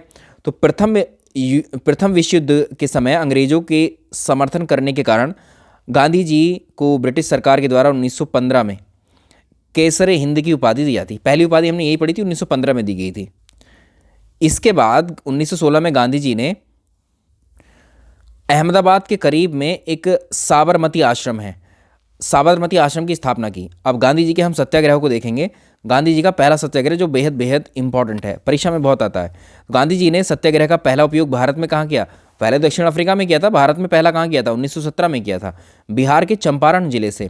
तो चंपारण में उस समय अंग्रेज़ों के द्वारा, या जो किसान हुआ करते थे, किसानों को अपनी ज़मीन पर कम से कम 3/2 भाग पर नील की खेती करना अनिवार्य कर रखा था। इस व्यवस्था को बोला गया तीन कठिया व्यवस्था।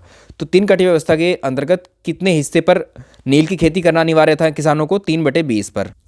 तो यहाँ के लोग बहुत परेशान थे, किसान। और इन्हीं किसानों में से बिहार के चंपारण के एक किसान थे राजकुमार शुक्ल। ये गांधी जी से मिलते हैं लखनऊ में, और वहाँ पर चंपारण की पूरी स्थिति को बताते हैं कि अंग्रेज़ों ने किस तरह से वहाँ पर शोषण कर रहे हैं। तो गांधी जी आते हैं किनके, उन पर राजकुमार शुक्ल के कहने पर जो है ये जो है गांधी जी अपने सहयोगी राजेंद्र प्रसाद, जेपी कृपलानी, महादेव देसाई आदि के साथ में ये चंपारण पहुँचते हैं गांधी जी। इसके साथ ही गांधी जी जो नील बागान मालिक हैं उनके अत्याचारों की जांच के लिए सरकार को विवश करते हैं, और एक आयोग का गठन किया जाता है जिसमें पाया जाता है कि ये धन अवैध रूप से वसूला जा रहा है किसानों से। तो गांधी जी को यहाँ पर जो सत्याग्रह इन्होंने किया ये सफल हो जाता है।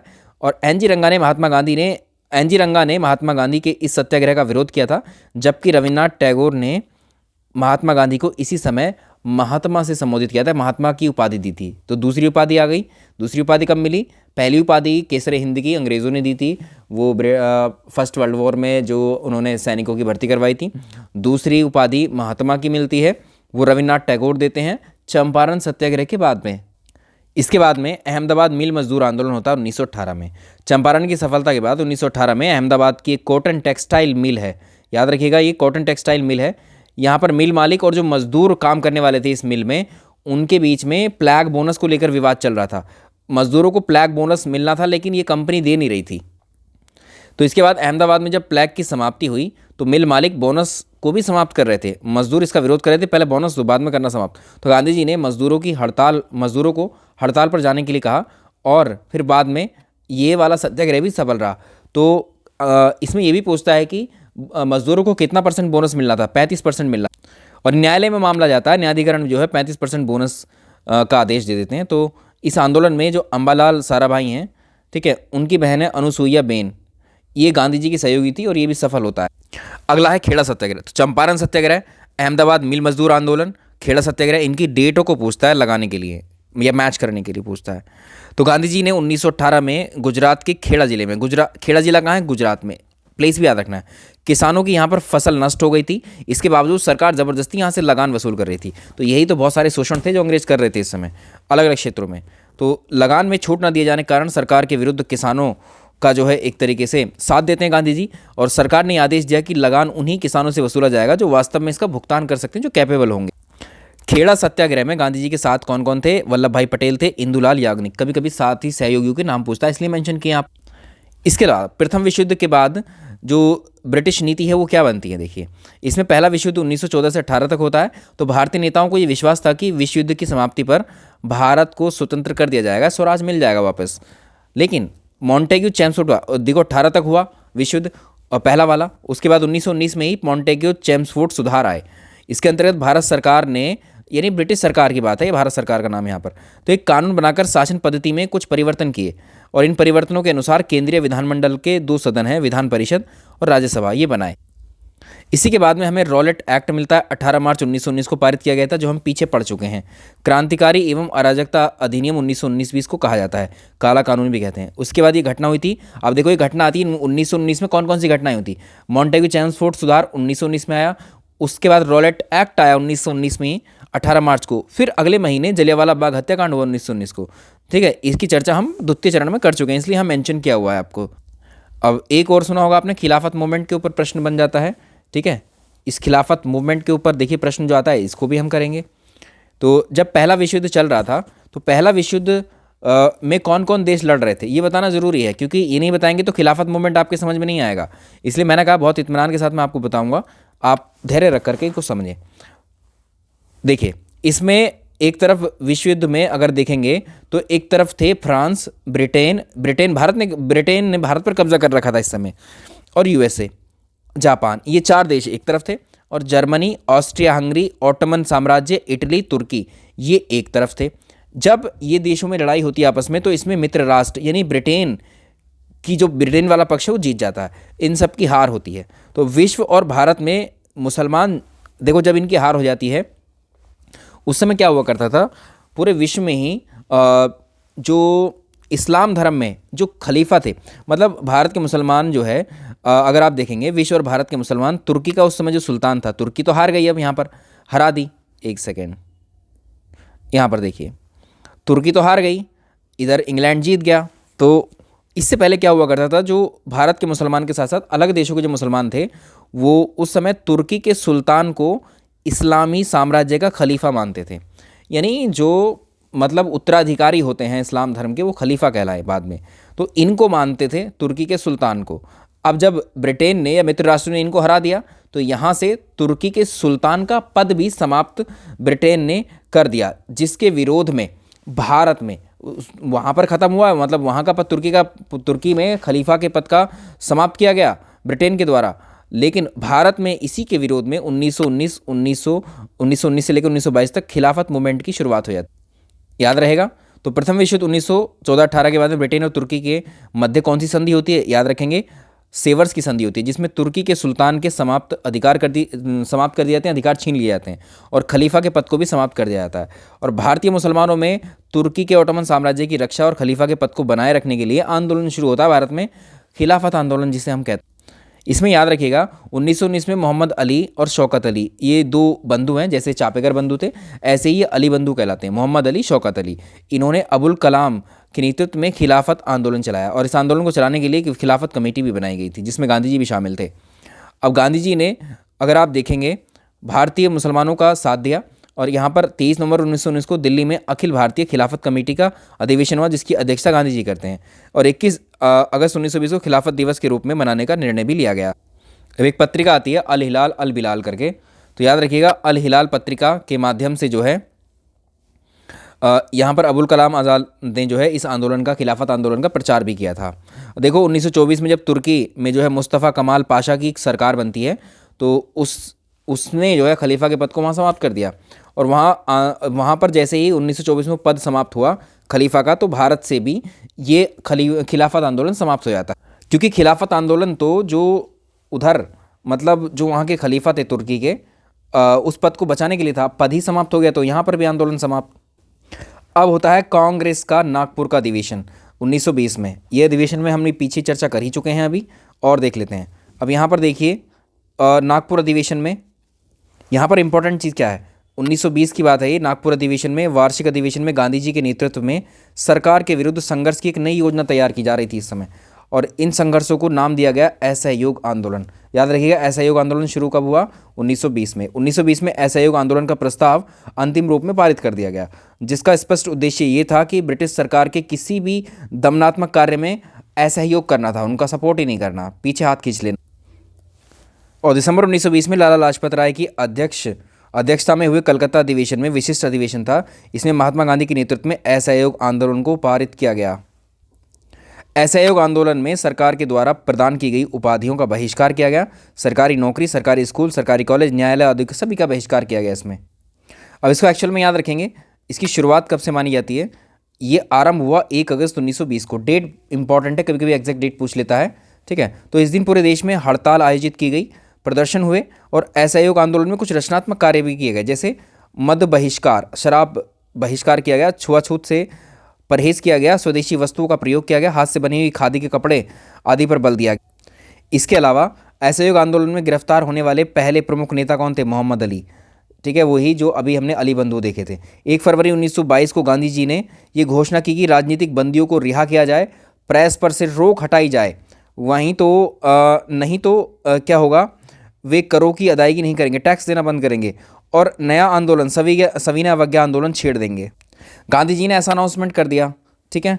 और इसी समय एक घटना और हो जाती है, इसी समय एक घटना हो जाती है जो हमें याद रखनी जरूर, और ये घटना है चौरी चौरा कांड। ये चौरी चौरा गोरखपुर में एक जगह है, ठीक है।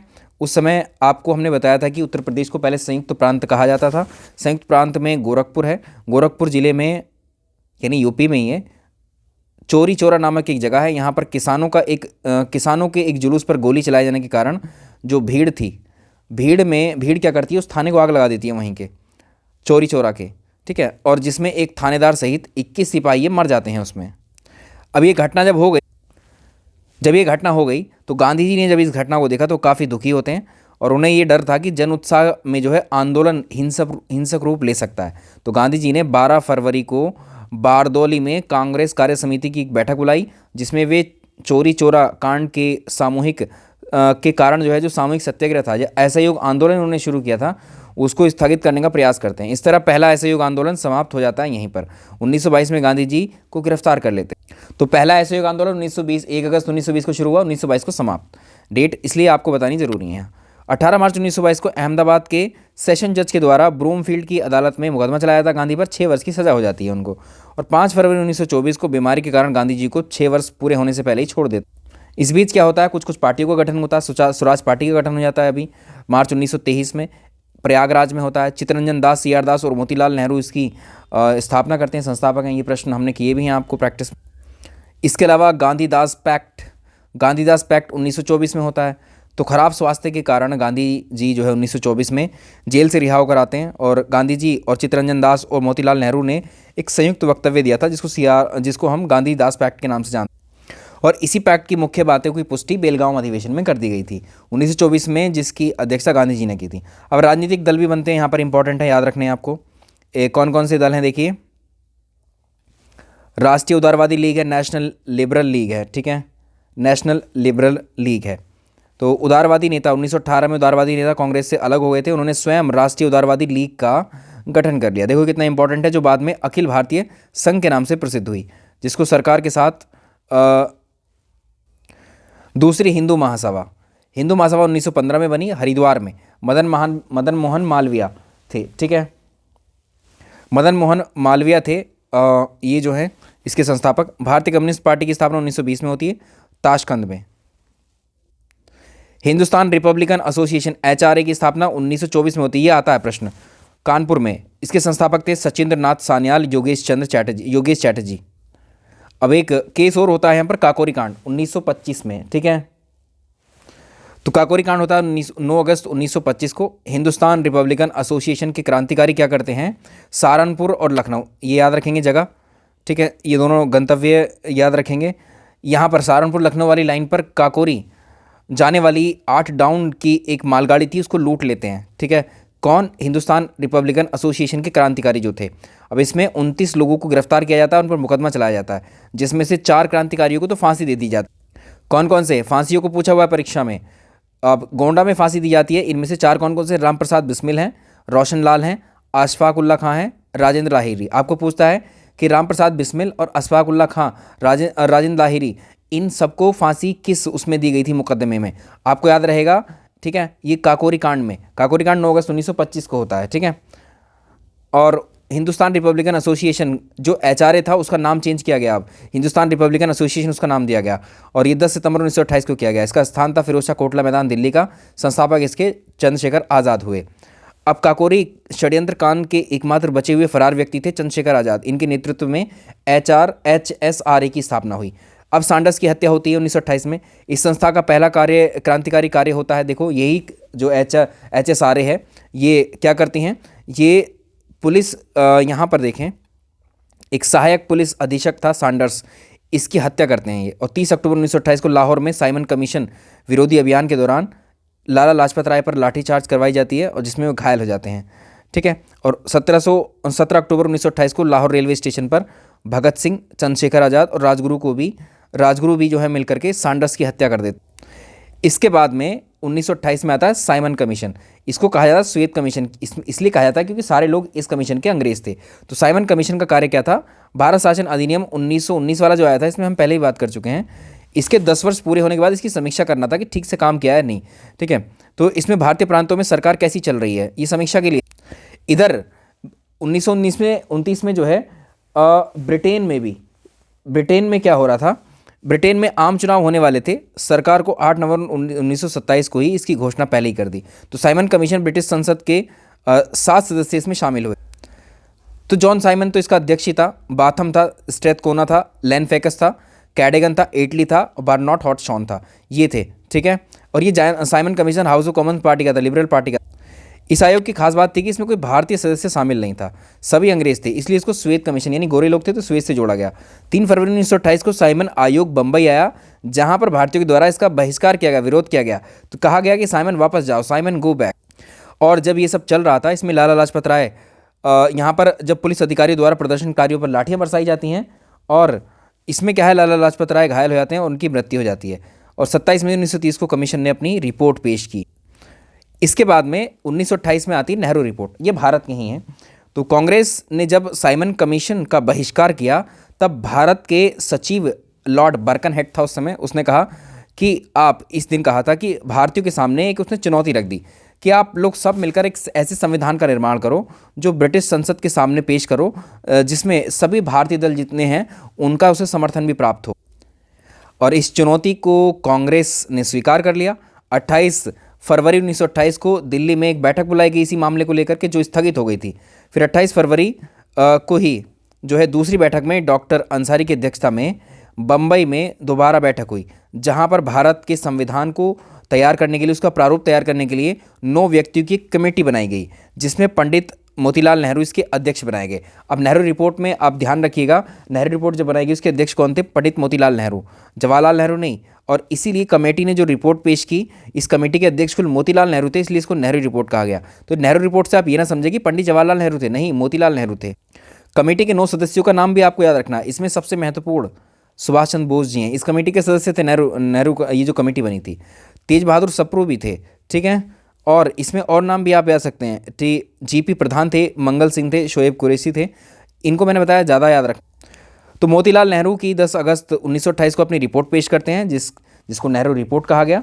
और सुभाष चंद्र बोस की हम बात करें, इस रिपोर्ट को जब सामने रखा गया, सुभाष चंद्र बोस, पंडित जवाहरलाल नेहरू, सत्यमूर्ति, कई राष्ट्रवादी जो थे नेता थे, वो नेहरू रिपोर्ट से पूरी तरह से खुश नहीं थे। इससे ये लोग औपनिवेशिक शासन के विपरीत जो पूर्ण स्वाधीनता थी उसके पक्ष में थे, और भारत के लिए पूर्ण स्वतंत्रता की प्राप्ति के लिए 1928 में इसलिए क्या किया गया, ऑल इंडिया इंडिपेंडेंस लीग का गठन कर दिया गया।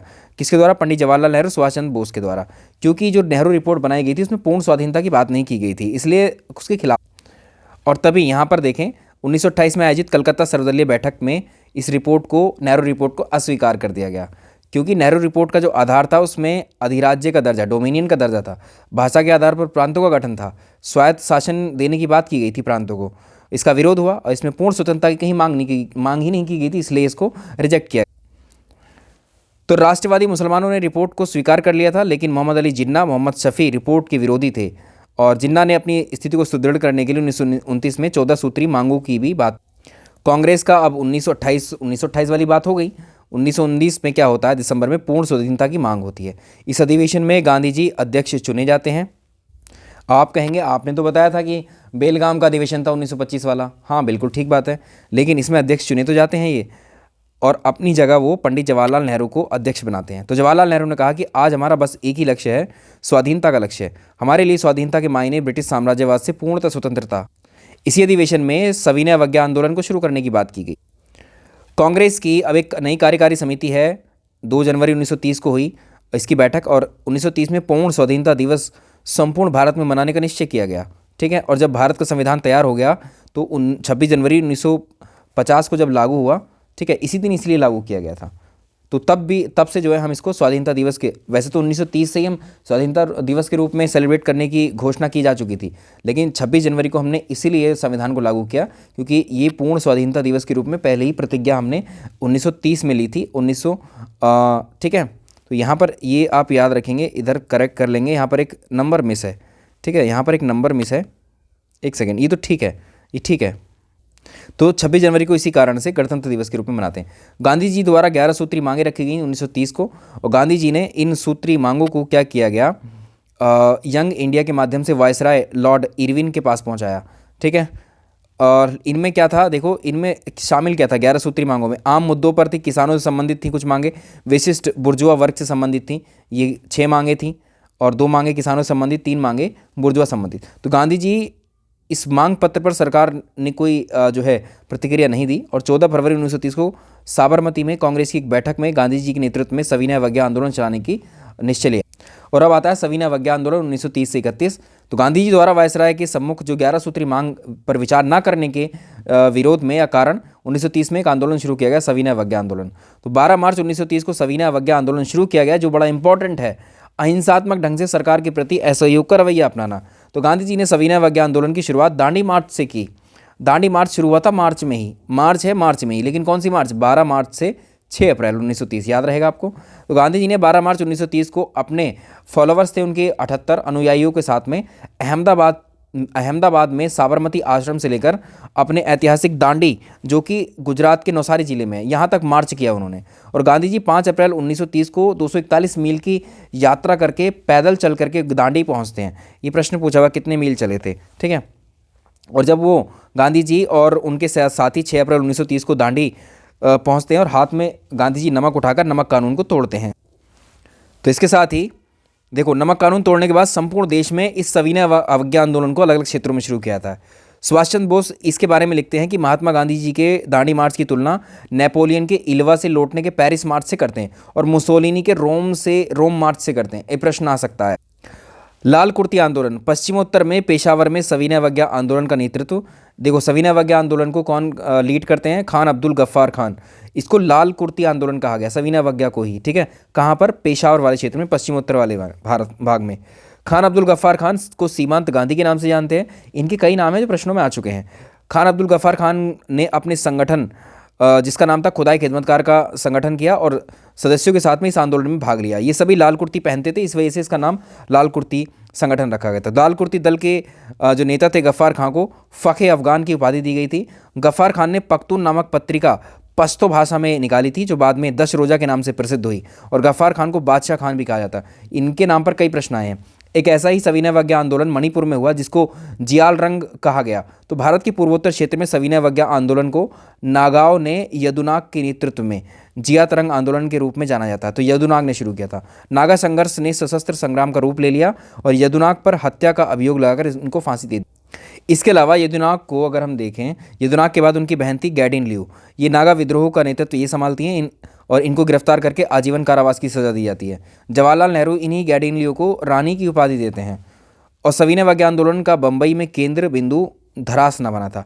तो गांधी जी द्वारा धरासना नामक निर्माण शिला पर वह नमक कानून तोड़ेंगे, और 4 मई 1930 को गांधी जी गिरफ्तार कर लिए जाते हैं। गांधी जी गिरफ्तारी के बाद में अब आपसे प्रश्न पूछा हुआ प्रश्न है, जब सविनय अवज्ञा आंदोलन का जो 1930 में उनको गिरफ्तारी की जाती है इस आंदोलन के दौरान, तो गांधी जी जब गिरफ्तार कर लिए तो इस आंदोलन को लीड किसने किया, अब्बास तैयब जी ने किया। ये मैंने आपको प्रश्न अभी कुछ दिन पहले करवाया है प्रैक्टिस सेट में।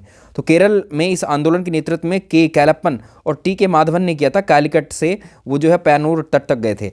तमिलनाडु में चक्रवर्ती एस.सी. राजगोपालाचारी ने दांडी यात्रा की थी, तिरुचनापल्ली से वेदारण्यम तक। और 26 जनवरी 1931 को गांधी जी को यरवदा जेल से फिर रिहा कर दिया गया। इसी समय साइमन कमीशन की रिपोर्ट आई सामने, और 3 गोलमेज सम्मेलनों का आयोजन किया जाना था, जिसमें पहला गोलमेज सम्मेलन 1930-31 में होता है। कुल मिलाकर 3 गोलमेज सम्मेलन होते हैं, जो कि कहाँ किए जाते हैं, लंदन में किए जाते हैं। उद्घाटन जॉन परचम ने किया था। प्रधानमंत्री उस समय ब्रिटेन का रैम जे मैकडोनल्ड था। इसमें 89 प्रतिनिधि भाग लेते हैं। तो देखो 27 मई 1930 को साइमन कमीशन की रिपोर्ट पेश हुई थी। तो साइमन कमीशन के द्वारा सुधारों पर विचार करने के लिए ब्रिटिश सरकार 1930 में लंदन में पहला गोलमेज सम्मेलन आयोजन करती है। इसमें भाग लेने वाले कौन थे, इसमें याद रखिएगा, जो आप चाहे हिंदू महासभा, मुस्लिम लीग, दलित वर्ग, उदारवादी, इन तीनों संगठनों को आप याद रख सकते हैं। लेकिन इसमें एक महत्वपूर्ण बात याद रखनी है कि प्रथम गोलमेज सम्मेलन में उपस्थित प्रतिनिधियों में एकता का काफ़ी अभाव देखा गया। मुस्लिम प्रतिनिधियों ने वहाँ अलग निर्वाचक मंडल की मांग रख दी, दलित वर्गों ने अलग मांग रख दी। तो ब्रिटिश सरकार के द्वारा अखिल भारतीय संघ का निर्माण और प्रदेशों में उत्तरदायी पूर्ण शासन, और इस बात पर सहमति बनी थी। लेकिन इसमें आपको क्या करेंगे, ये भी एक तरीके से विफल हुआ था प्रथम गोलमेज सम्मेलन, ठीक है। तो पहले गोलमेज सम्मेलन में कांग्रेस ने पार्टिसिपेट नहीं किया था। ठीक है, देखिए ये इंपॉर्टेंट फैक्ट है यहाँ से। कांग्रेस के प्रमुख नेता जेल में थे उस समय, तो कांग्रेस ने इसमें भाग नहीं लिया। दूसरा आता है, दूसरा वाला देखिए, दूसरा द्वितीय गोलमेज सम्मेलन का आयोजन दिल्ली में किया गया 31 में, और प्रथम गोलमेज सम्मेलन की सभी कार्यवाही मान्यता, जो प्रथम गोलमेज सम्मेलन थी उसकी जितनी कार्यवाही थी उसको मान्यता नहीं दी गई, और वो पहला वाला प्रथम गोलमेज सम्मेलन विफल रहा। इरविन के द्वारा 26 जनवरी 1931 को गांधी जी को रेल से रिहा किया गया और देश में सौहार्द का वातावरण उत्पन्न करना चाहा। अंत में एक समझौता होता है, गांधी इरविन समझौता इसको हम कहते हैं, इसी दौरान हुआ था। तो इसमें क्या होता है, इसको दिल्ली समझौता है, गांधी इरविन समझौता के नाम से जानते हैं, या दिल्ली पैक्ट के नाम से। तो सरोजिनी नायडू कहती हैं कि गांधी इरविन के जब मिलन को, जब ये समझौता हो रहा था, कि इसको दो महात्माओं का मिलन वो बताती हैं। तो इरविन कुछ बात, इस समझौते में कुछ बातें इरविन के द्वारा स्वीकार की गई, कुछ गांधी जी मानते हैं। तो राजनीतिक बंदियों को रिहा किया जाएगा, ये इरविन ने बातें स्वीकार की गांधी जी की तरफ से। भारतीय समुद्र के किनारे नमक, भारतीय लोग जो हैं समुद्र के किनारे नमक का निर्माण कर सकते हैं। शराब और विदेशी वस्तुओं की दुकानों पर भारतीय धरना दे सकते हैं। गांधी जी ने जो बातें मानी, सविनय अवज्ञा आंदोलन को स्थगित किया जाएगा, इरविन ने ऐसा प्रस्ताव रखा था, गांधी जी ने मान लिया। कांग्रेस द्वितीय गोलमेज सम्मेलन में भाग लेगी, ये भी मान लिया। और कांग्रेस ब्रिटिश सामान का बहिष्कार नहीं करेगी, ये मान लिया। इसके अलावा जो कांग्रेस नेताओं ने बहुमत से गांधी इरविन समझौते का स्वागत किया, और के एम मुंशी ने इस समझौते को भारत के सांविधानिक इतिहास का एक युग प्रवर्तक कहा। देखो कितनी अच्छे इंपॉर्टेंट कॉन्सेप्ट है यहाँ पर, ये फैक्ट। तो पंडित जवाहरलाल नेहरू, सुभाष चंद्र बोस ने कहकर आलोचना की, गांधी जी ने पूर्ण स्वतंत्रता के लक्ष्य को बिना ध्यान में रखे ये समझौता कर लिया। ठीक है, ये भी याद रखेंगे। 23 मार्च 1931 को भगत सिंह, राजगुरु, सुखदेव को फांसी दी गई थी, जिसकी वजह से युवा कांग्रेसी इस समझौते से असंतुष्ट थे, और गांधी जी इन क्रांतिकारियों को नहीं बचा पाए। आज भी ये प्रश्न कभी कभी आपने देखा होगा, डिबेट्स वगैरह में उठता रहता है कि गांधी जी ने उनको क्यों नहीं बचाया। कांग्रेस का विशेष अधिवेशन था 1931 में, सरदार वल्लभ भाई पटेल की अध्यक्षता में कराची में हुआ था, और इसी कराची अधिवेशन में पूर्ण स्वराज के साथ गांधी इरविन पैक्ट को स्वीकार किया गया, और यहीं पर मौलिक अधिकार और कर्तव्य शीर्षक पुस्तक को स्वीकार किया गया। इसी समय गांधी जी ने गांधी मर सकते हैं परंतु गांधीवाद नहीं मर सकता, इसी अधिवेशन में कहा था। प्रश्न आता है दूसरा गोलमेज सम्मेलन की हम बात करेंगे। देखो तीनों गोलमेज सम्मेलन लंदन में हुए थे, यहाँ पर हमने आई थिंक यहाँ मेंशन किया था। ठीक है, तो यहाँ पर याद रखिएगा, अभी उससे पहले दूसरे गोलमेज सम्मेलन से पहले की घटनाएं हैं यहाँ पर। ठीक है, उसका वो कहाँ पर होगा, लंदन में होगा। ठीक है, लंदन में होगा दूसरा वाला, पहला भी लंदन में हुआ था, तो सेंट जॉन पैलेस लंदन में हुआ था। कांग्रेस ने दूसरे गोलमेज सम्मेलन में अब भाग लेती है, कांग्रेस की तरफ से जाते हैं गांधी जी। तो याद रखिए गांधी जी दूसरे गोलमेज सम्मेलन में गए थे। ठीक है, इस समय ब्रिटेन का प्रधानमंत्री मैकडोनाल्ड था, जो रैमजे मैकडोनाल्ड था, और इसका वायसराय जो था वेलिंगटन था, भारत का महासचिव सैमुअल हॉक था। अब गांधी जी जो गए थे 1931 में, तो SS राजपूताना नामक जहाज से गए थे, 12 सितंबर को इंग्लैंड पहुंचे थे, और कांग्रेस के एकमात्र प्रतिनिधि वही थे। दूसरे गोलमेज सम्मेलन में 31 प्रतिनिधि भाग लेते हैं। सरोजिनी नायडू भी इसमें गई थी, एनी बेसेंट भी गई थी। इस वाले सम्मेलन की बात करें तो सांप्रदायिक समस्या उभर कर सामने आती है। 1 दिसंबर 1931 को द्वितीय गोलमेज सम्मेलन में बिना किसी ठोस निर्णय के ये भी समाप्त होता है। अब इसी वाले उसमें देखो, इसमें इंपॉर्टेंट घटनाएं क्या होती हैं। द्वितीय गोलमेज सम्मेलन में गांधी जी, आपको पता है गांधी जी का जो वेशभूषा थी, ठीक है, कुछ अलग ही थी। तो उसमें फ्रैंक मॉरिस गांधी जी के बारे में कहता है कि उनको अर्धनंगे फकीर की ब्रिटिश प्रधानमंत्री से वार्ता हेतु सेंट जेम्स पैलेस की सीढ़ियाँ चढ़ने का दृश्य है, वो अपने आप में अनोखा और प्रभाव उत्पन्न करने वाला है। देखो बहुत इंपॉर्टेंट है, ये सेंट मॉरिस ने कहा था, ये ऐसे पूछता है प्रश्न को। सविनय अवज्ञा आंदोलन अब दूसरी बार शुरू होगा, पहली बार स्थगित हो गया था। अब देखो 1932 में शुरू होता है, 31 में खत्म होता। तो भारत लौटने के पश्चात गांधी जी 1931 को सविनय अवज्ञा आंदोलन शुरू करने की बात कहते हैं, और इसके बाद गांधी जी को और अन्य नेताओं को गिरफ्तार कर लिया जाता है, फिर से स्थगित हो जाता है ये। इधर सांप्रदायिक पंचाट आता है 1932 का, इसमें अंग्रेज़ खुद एक नई चाल चलते हैं। अंग्रेज़ों के द्वारा भारत संवैधानिक समस्या का समाधान करने के लिए कुल गोलमेज सम्मेलनों का आयोजन किया गया था, लेकिन वो तीनों सम्मेलन ही विफल रहते हैं। ठीक है, इसी बीच 16 अगस्त 1932 को इस समय जो ब्रिटिश प्रधानमंत्री मैकडोनाल्ड था, ये भारतीय मताधिकार समिति की सिफारिश के आधार पर सांप्रदायिक पंचाट की घोषणा कर देता। सांप्रदायिक पंचाट में जो मामला था वो सांप्रदायिक सौहार्द को बढ़ाना था, ठीक है, कम्युनली बांटना चाह रहा था ये मैकडोनाल्ड जो था। ठीक है, तो पंचायत के माध्यम से भारत के विभिन्न वर्गों को अलग अलग निर्वाचक मंडल ये लोग दे रहे थे। ठीक है, आप अपने प्रतिनिधि को चुन सकते हैं, ठीक है, अलग अलग वर्ग, तो ऐसे तो डिवीज़न करना चाह रहे। तो इसका मुख्य क्या था कि जो दलित हैं, दलितों को अलग निर्वाचक मंडल देंगे, डॉक्टर भीमराव अंबेडकर इसका समर्थन करते हैं और पंचायत में दलितों को हिंदुओं से अलग एक वर्ग माना जाएगा। देखो कैसे डिवाइड कर रहे थे उस समय। उनके अनुसार दलितों को पृथक निर्वाचक मंडल आरक्षण देने की बात कर रहे थे, तो अंबेडकर भी इस पंचायत को स्वीकार कर लेते हैं।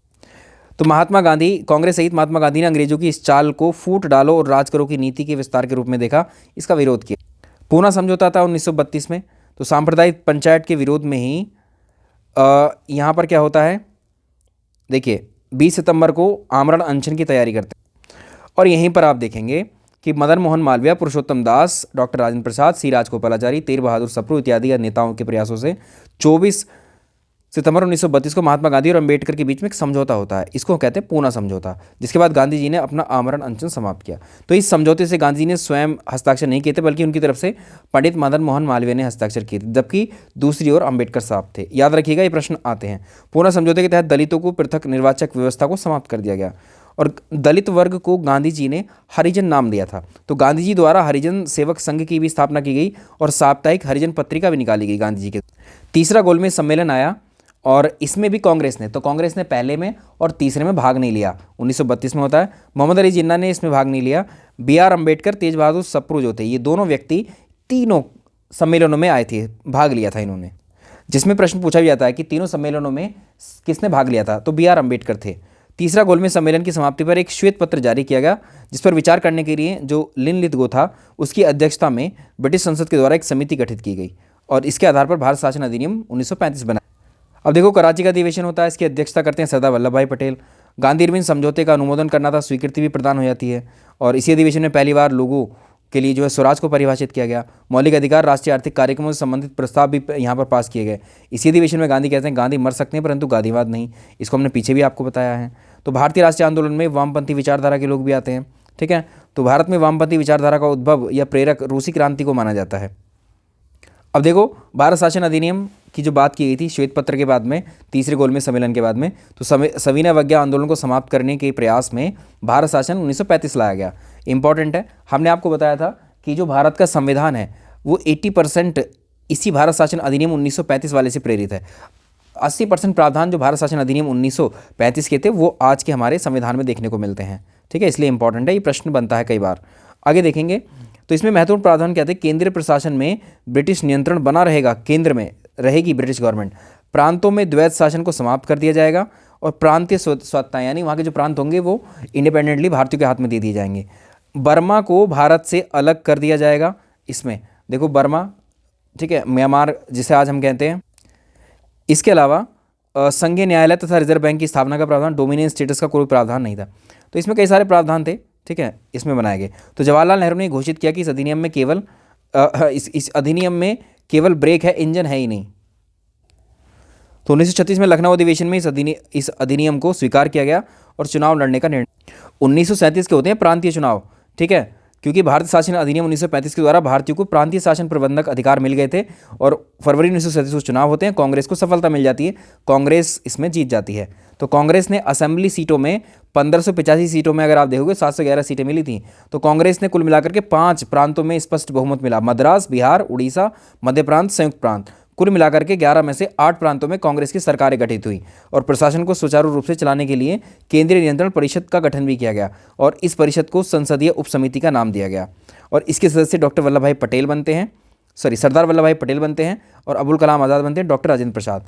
इस समय है दूसरे विश्व युद्ध का समय और इस समय वायसराय कौन था, लिन लिथगो था, ठीक है। और कांग्रेस ने युद्ध में समर्थन के बदले भारत को स्वतंत्र राष्ट्र घोषित करने का प्रस्ताव सरकार के सामने रखा था और ऐसी उम्मीद भी कर, लेकिन ऐसा होता नहीं है। कांग्रेस कार्यकारिणी के आदेश पर 29-30 अक्टूबर को 8 प्रांतों में कांग्रेस मंत्रिमंडलों ने इस्तीफा दे दिया और मुस्लिम लीग ने 22 दिसंबर 1939 को मुक्ति दिवस या धन्यवाद दिवस के रूप में मनाया। इसके बाद में रामगढ़ बिहार में कांग्रेस का एक अधिवेशन होता है जहां मौलाना अबुल कलाम आज़ाद इसकी अध्यक्षता करते हैं, कांग्रेस। तो देखो इसके बाद जो अधिवेशन हुआ है इसमें कांग्रेस ने केंद्रीय अंतरिम राष्ट्रीय सरकार के बदले सहयोग देने का प्रस्ताव रखा। तो कांग्रेस इस प्रस्ताव के प्रत्युत्तर में लिन लिथगो ने कांग्रेस से सहयोग प्राप्त करने के लिए उनके समक्ष एक और प्रस्ताव भेजा, इसको अगस्त प्रस्ताव कहा गया। ये 8 अगस्त 1940 को लाया और इसके साथ ही अगस्त प्रस्ताव में अंतरिम सरकार के गठन की मांग को स्वीकार कर लिया गया।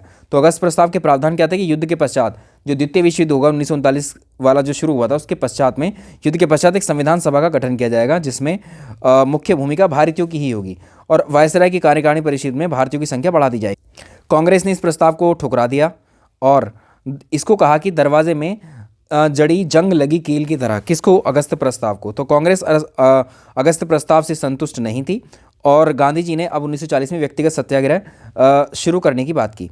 और यहीं पर तो ये याद रखिएगा, व्यक्तिगत सत्याग्रह 1940 में इन्होंने शुरू किया था, ये आता। और इसमें प्रथम सत्याग्रही बने थे विनोबा भावे जी।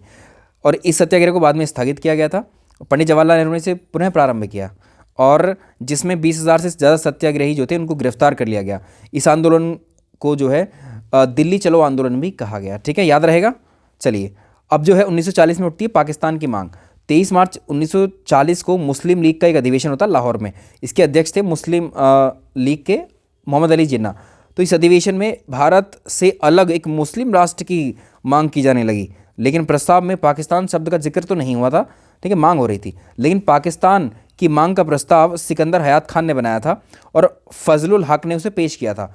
ये फैक्ट भी आ जाते हैं आपको। वर्ष 1933 में कैम्ब्रिज विश्वविद्यालय जो कि इंग्लैंड में है, इसमें पढ़ने वाले चौधरी रहमत अली इस व्यक्ति ने पाकिस्तान शब्द को दिया था। तो शब्द को देने वाला अलग है। पाकिस्तान की मांग करने का प्रस्ताव का प्रारूप सिकंदर हयात ने बनाया था, इसको पेश फजलुल हक ने किया था। और जिस अधिवेशन में ये सब चल रहा था, मोहम्मद अली जिन्ना ने, जिस अधिवेशन में पाकिस्तान की मांग चल रही थी, तो मोहम्मद अली जिन्ना ने अध्यक्षता की थी। क्रिप्स प्रस्ताव आया 1942 में। ब्रिटेन के तत्कालीन प्रधानमंत्री विंस्टन चर्चिल ने जो है भारतीय नेताओं से वार्ता करने के लिए स्टैफर्ड क्रिप्स के अधीन 23 मार्च को 1942 को एक मिशन भेजा था। तो भारत से समझौता के लिए मित्र राष्ट्रों पर दबाव बढ़ रहा था, इसलिए इसमें कुछ प्रावधान किए गए थे इस क्रिप्स प्रस्ताव में। युद्ध के पश्चात भारत को डोमिनियन स्टेटस दिलवाएंगे। युद्ध के पश्चात भारत की संविधान निर्माण करने वाले लोगों का समूह बनाया जाएगा, जिसको संविधान निर्मात्री सभा या संविधान सभा कहते हैं। तो कांग्रेस और मुस्लिम लीग ने इस क्रिप्स प्रस्ताव को एक्सेप्ट ही नहीं किया। महात्मा गांधी ने इन प्रस्तावों को दिवालिया होने वाले बैंक का उत्तर दिनांकित चेक कहा, पोस्ट डेटेड चेक बताया। ठीक है, याद रहेगा, क्रिप्स प्रस्ताव को पोस्ट डेटेड चेक कहा था। सारे फैक्ट याद रहेंगे। और 11 अप्रैल 1942 को क्रिप्स प्रस्ताव को अस्वीकार करते हुए केवल भविष्य के वादों से संतुष्टि नहीं मिलेगी, ऐसा कहा गया। अब यहाँ पर देखो, भारत छोड़ो आंदोलन शुरू हुआ। भारत छोड़ो आंदोलन को अगस्त क्रांति के नाम से भी जानते हैं। ठीक, द्वितीय विश्व युद्ध की तरफ समाप्त होने की तरफ बढ़ ही रहे थे। तो यहाँ पर कुछ अभी जब नहीं दिखाई दे रहा था कि अंग्रेज़ भारत को नहीं छोड़ना चाह रहे, तो ऐसे में भारत पर जापानी आक्रमण का खतरा इस समय विद्यमान था, चल ही रहा था क्योंकि विश्व युद्ध। तो गांधी जी को लग रहा था कि अंग्रेज़ जो है अब भारतीयों को स्वतंत्र कर सकते हैं, क्योंकि वहाँ से जापान अगर हमला कर दे तो जापान आक्रमण के प्रति जनता का मनोबल बढ़ाने और उन्हें भारतीयों की ताकत का एहसास कराने के लिए राष्ट्रीय संघर्ष अनिवार्य था। तो गांधी जी ने कांग्रेस को ये चुनौती दी कि संघर्ष के इस प्रस्ताव को स्वीकार नहीं किया गया तो मैं देश की बालू से ही कांग्रेस से एक बड़ा आंदोलन खड़ा कर दूंगा। ये स्टेटमेंट भी पूछ लेता है। अब 1942 में बम्बई की ग्वालियर टैंक में कांग्रेस का अधिवेशन होता है। अबुल कलाम अध्यक्ष थे और इस अधिवेशन में पंडित जवाहरलाल नेहरू भारत छोड़ो प्रस्ताव पेश कर देते हैं, जिसमें कुछ संशोधन के साथ उसको स्वीकार भी कर लिया जाता है। तो 8 अगस्त 1942 को इसी बैठक में गांधी जी कहते हैं करो या मरो का नारा दे देते हैं। तो गांधी जी को भारत छोड़ो आंदोलन का नेता घोषित कर दिया जाता है। याद रहेगा, भारत छोड़ो आंदोलन के नेता कौन थे? गांधी जी थे। इस बार सरकार का इरादा कांग्रेस से समझौता करने का नहीं बल्कि आंदोलन शुरू करने का था। तो 9 अगस्त को क्या होता है, सुबह को ऑपरेशन जीरो शुरू किया जाता है और इसके तहत शीर्ष नेताओं को गिरफ्तार कर लिया जाता है, भारत छोड़ो आंदोलन के नेताओं को। गांधी जी को आगा खां पैलेस में रखा जाता है गिरफ्तार करके, सरोजनी नायडू को आगा खां पैलेस में, जवाहरलाल नेहरू को अल्मोड़ा जेल में, राजेंद्र प्रसाद को बांकीपुर जेल में और मौलाना अबुल कलाम आज़ाद को बागोड़ा जेल में रखा जाता है। देखिए, एक एक चीज़ मैंने कोई छोड़ी नहीं है, मिस नहीं की है, आप लोग इनको ध्यान से पढ़ें। तो भारत छोड़ो आंदोलन असफल सिद्ध होता है यहाँ तक तो। ठीक है, भारत को क्योंकि सफलता नहीं मिली तो ये एक तरीके से असफल हुआ। इधर 1943 में आज़ाद हिंद फौज का गठन किया जाता है। तो आज़ाद हिंद फौज का विचार सबसे पहले मोहन सिंह के मन में आया था, जो ब्रिटेन की भारतीय सेना के अधिकारी हुआ करते थे। 1942 में टोक्यो में भारतीयों की एक कॉन्फ्रेंस बुलाई गई, जिसमें इंडियन इंडिपेंडेंस लीग, भारतीय स्वतंत्रता लीग की स्थापना की गई। और 1942 में बैंकॉक में कॉन्फ्रेंस हुई थी, जिसमें रास बिहारी घोष को लीग का अध्यक्ष चुना गया था। यहीं पर आज़ाद हिंद फौज के गठन का निर्णय भी लिया गया। आज़ाद हिंद फौज की पहली डिवीज़न का गठन हुआ। इसमें जापानी सैन्य अधिकारी मेजर फुजीवारा का महत्वपूर्ण योगदान माना जाता है। कैप्टन मोहन सिंह को आज़ाद हिंद फौज का कमांडर बनाया गया और इसी से जुड़े थे कौन? इसी से जुड़े हुए थे सुभाष चंद्र बोस जी भी। सुभाष चंद्र बोस बैंकॉक सम्मेलन के निमंत्रण पर पहुंचते हैं 1943 में टोक्यो और 5 जुलाई को रास बिहारी घोष ने भारतीय स्वतंत्रता लीग की अध्यक्षता सुभाष चंद्र बोस को दे दी थी। सुभाष चंद्र बोस जी का जन्म हुआ था 23 जनवरी 1897 को उड़ीसा के कटक में। 1919 में इन्होंने स्नातक किया था कलकत्ता यूनिवर्सिटी से। 1920 में सिविल सेवा की परीक्षा पास की थी। ये 4th रैंक भी इन्होंने हासिल की थी सिविल सेवा की परीक्षा में, ये पूछा जाता है प्रश्न, ठीक है। और इसके बाद इन्होंने नौकरी भी छोड़ी थी। राजनीतिक गुरु इनके कौन थे? चित्तरंजन दास। 1927 में इंडिपेंडेंस लीग की स्थापना की। 1938 में कांग्रेस के हरिपुरा अधिवेशन की अध्यक्षता की। 1929 में ये कांग्रेस के त्रिपुरी अधिवेशन के अध्यक्ष बने थे, चुने गए थे, लेकिन डॉक्टर राजेंद्र इस्तीफा दे देते हैं वहाँ से। डॉक्टर राजेंद्र प्रसाद अध्यक्षता करते हैं उस अधिवेशन की, ठीक है। कांग्रेस से इस्तीफा उसी समय दे देते हैं। 1939 में फॉरवर्ड ब्लॉक की स्थापना करते हैं। 1941 में जर्मनी चले जाते हैं और वहीं पर जनता उन्हें जो है नेताजी के नाम से संबोधित कर। सुभाष चंद्र बोस ने झांसी रेजिमेंट के नाम से एक महिला रेजिमेंट, अब इसको याद रखिएगा, झांसी रेजिमेंट के नाम से एक महिला रेजिमेंट बनाई, जिसका नेतृत्व कैप्टन लक्ष्मी सहगल ने किया। आया हुआ प्रश्न है। आज़ाद हिंद फौज की 3 अन्य ब्रिगेड भी थी। कुल कितनी ब्रिगेड थी? 3 है। एक तो सुभाष ब्रिगेड थी, नेहरू ब्रिगेड थी, गांधी ब्रिगेड थी, ठीक है, याद रहेगा। कुल मिलाकर के 4 होंगी, 3 अन्य ब्रिगेड ये, एक झांसी रेजिमेंट, मतलब ब्रिगेड 3 थी, ठीक है। और इसमें देखिए 1943 में सुभाष चंद्र बोस ने आज़ाद हिंद फौज के सर्वोच्च सेनापति के नाते सिंगापुर में स्वतंत्र भारत की अस्थायी सरकार की स्थापना कर दी। वहाँ पर ये प्रश्न खूब आता है, ठीक है। और यहीं पर नेताजी ने कहा दिल्ली चलो और तुम मुझे खून दो मैं तुम्हें आज़ादी दूंगा, यहीं पर दिया था इन्होंने नारा सिंगापुर में। कितनी महत्वपूर्ण बात है। 6 जुलाई 1944 को सुभाष चंद्र बोस ने रेडियो पर बोलते हुए गांधी जी को संबोधित किया और उन्होंने कहा कि भारत का स्वाधीनता का आखिरी युद्ध शुरू हो चुका है, राष्ट्रपिता, यहीं पर राष्ट्रपिता पहली बार कहा, ठीक है। तो भारत की मुक्ति के इस पवित्र युद्ध में हम आपका आशीर्वाद और आपकी शुभकामनाएं चाहते हैं। इधर जो जापान की सेना है के द्वारा अंडमान और निकोबार द्वीप को सुभाष चंद्र बोस को सौंप दिया जाता है। और अंडमान का नाम शहीद द्वीप आप जानते हैं, निकोबार का नाम स्वराज द्वीप है, ये अब कर दिया गया है, ठीक है। मैंने अपडेट कर दिया ज्योग्राफी का क्वेश्चन यहाँ। और दूसरे विश्व युद्ध में जापान और जर्मनी की हार हो जाती है। 1945 में नेताजी जो हैं बैंकॉक से टोक्यो रवाना होते हैं, परंतु जो फार्मोसा आइलैंड है, ठीक है, ताइपेई में, इसके पास उनका विमान दुर्घटनाग्रस्त हो जाता है और 18 अगस्त 1945 को उनकी विमान दुर्घटना में मृत्यु हो जाती है। अब मुझे एक चीज़ यहाँ सुनिए आप, क्योंकि इनकी मृत्यु से संबंधित सवाल पूछा जाता है कि सुभाष चंद्र बोस जी की मृत्यु कैसे हुई। अभी तक जो भी प्रमाण हैं उनमें मतलब विमान दुर्घटना को ही सबसे ज़्यादा माना जाता है, हालांकि ऐसे कोई प्रमाण अभी तक नहीं मिले हैं, ठीक है। इसलिए इस डेट को माना जाता है। अगर मृत्यु वाली डेट पूछे परीक्षा में तो आप इसको उत्तर करेंगे। लाल किला मुकदमा चलाया जाता है। अब देखिए लाल किला मुकदमा होता है। अब देखो आज़ाद हिंद फौज को गिरफ्तार करके आज़ाद हिंद के जो गिरफ्तार सैनिक थे उन पर ब्रिटिश सरकार ने लाल किले में 1945 में एक मुकदमा चलाया और इस मुकदमे के मुख्य अभियुक्त पर जो है राजद्रोह का वो लगाया। इसमें कौन कौन थे? मेजर शाहनवाज, कर्नल प्रेम सहगल और कर्नल गुरु दयाल सिंह ढिल्लों, इन तीनों को फांसी की सज़ा सुनाई और इसके बाद में इस सज़ा को माफ़ भी कर दिया। 1945 की आई थी वेवेल योजना। तो 1945 में वायसराय वेवेल के द्वारा वेवेल योजना प्रस्तुत की गई, जिसमें केंद्र में कार्यकारिणी परिषद का गठन किया गया और जिसमें वायसराय, कमांडर इन चीफ और 10 भारतीय सदस्य शामिल किए गए।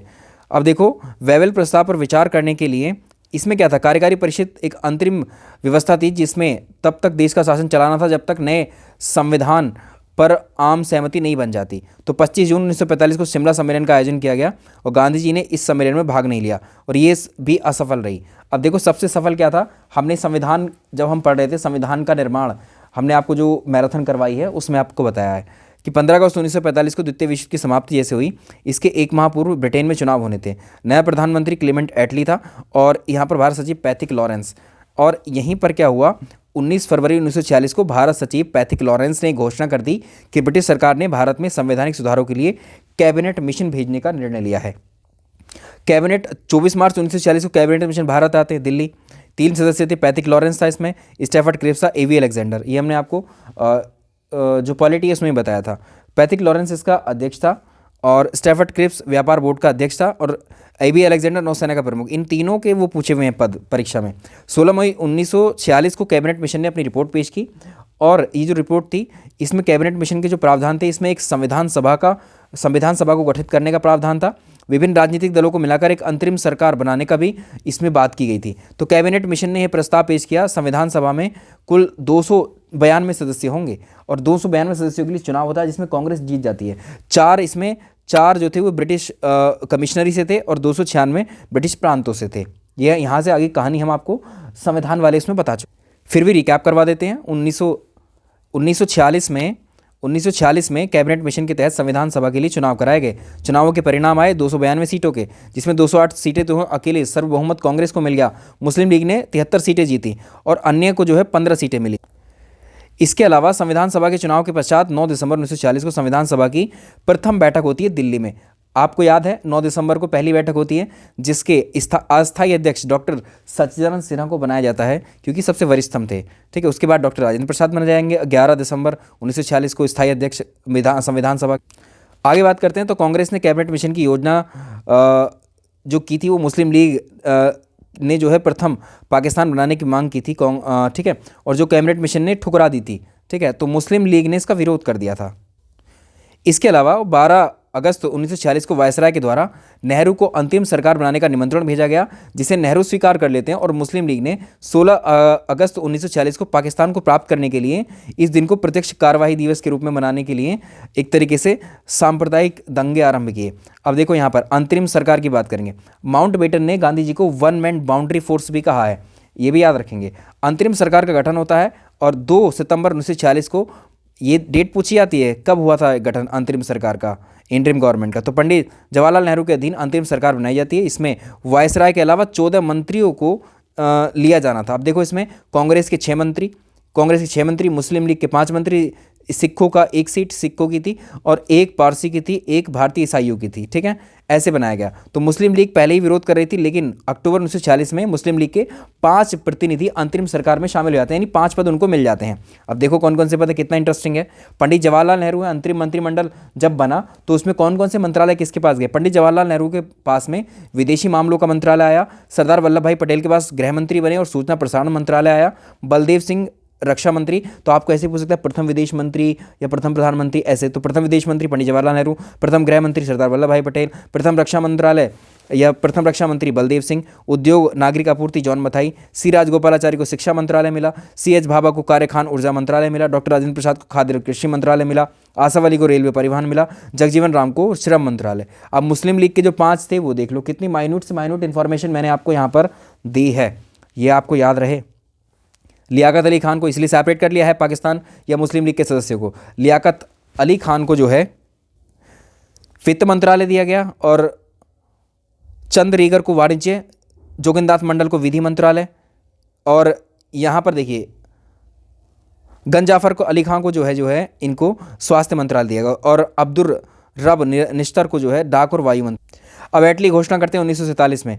ब्रिटिश प्रधानमंत्री क्लीमेंट एटली है जो लेबर पार्टी का है, इसने 20 फरवरी 1947 को हाउस ऑफ कॉमन से घोषणा कर दी। 1948 से पहले ही हम भारतीय को सत्ता सौंप देंगे, डेट नहीं बता रहे हैं अभी। एटली ने लॉर्ड वेवेल की जगह लॉर्ड माउंटबेटन को गवर्नर जनरल नियुक्त कर दिया। अब देखो माउंटबेटन योजना, ये माउंटबेटन योजना बनाता है 47 में। 24 मार्च 1947 को माउंटबेटन को भारत का नया वायसराय बनाया जाता है और 3 जून 1947 को माउंटबेटन योजना प्रस्तुत की जाती है। इसके अनुसार भारत को 2 भारतीय हिस्सों जिसमें भारतीय संघ और पाकिस्तान में बांट दिया जाएगा। विभाजन होने की दशा में 2 डोमेनियन और 2 संविधान सभाओं का निर्माण किया जाएगा। विभाजन के गतिरोध को दूर करने के लिए सीमा आयोग का गठन किया जाएगा। ये माउंटबेटन योजना में था।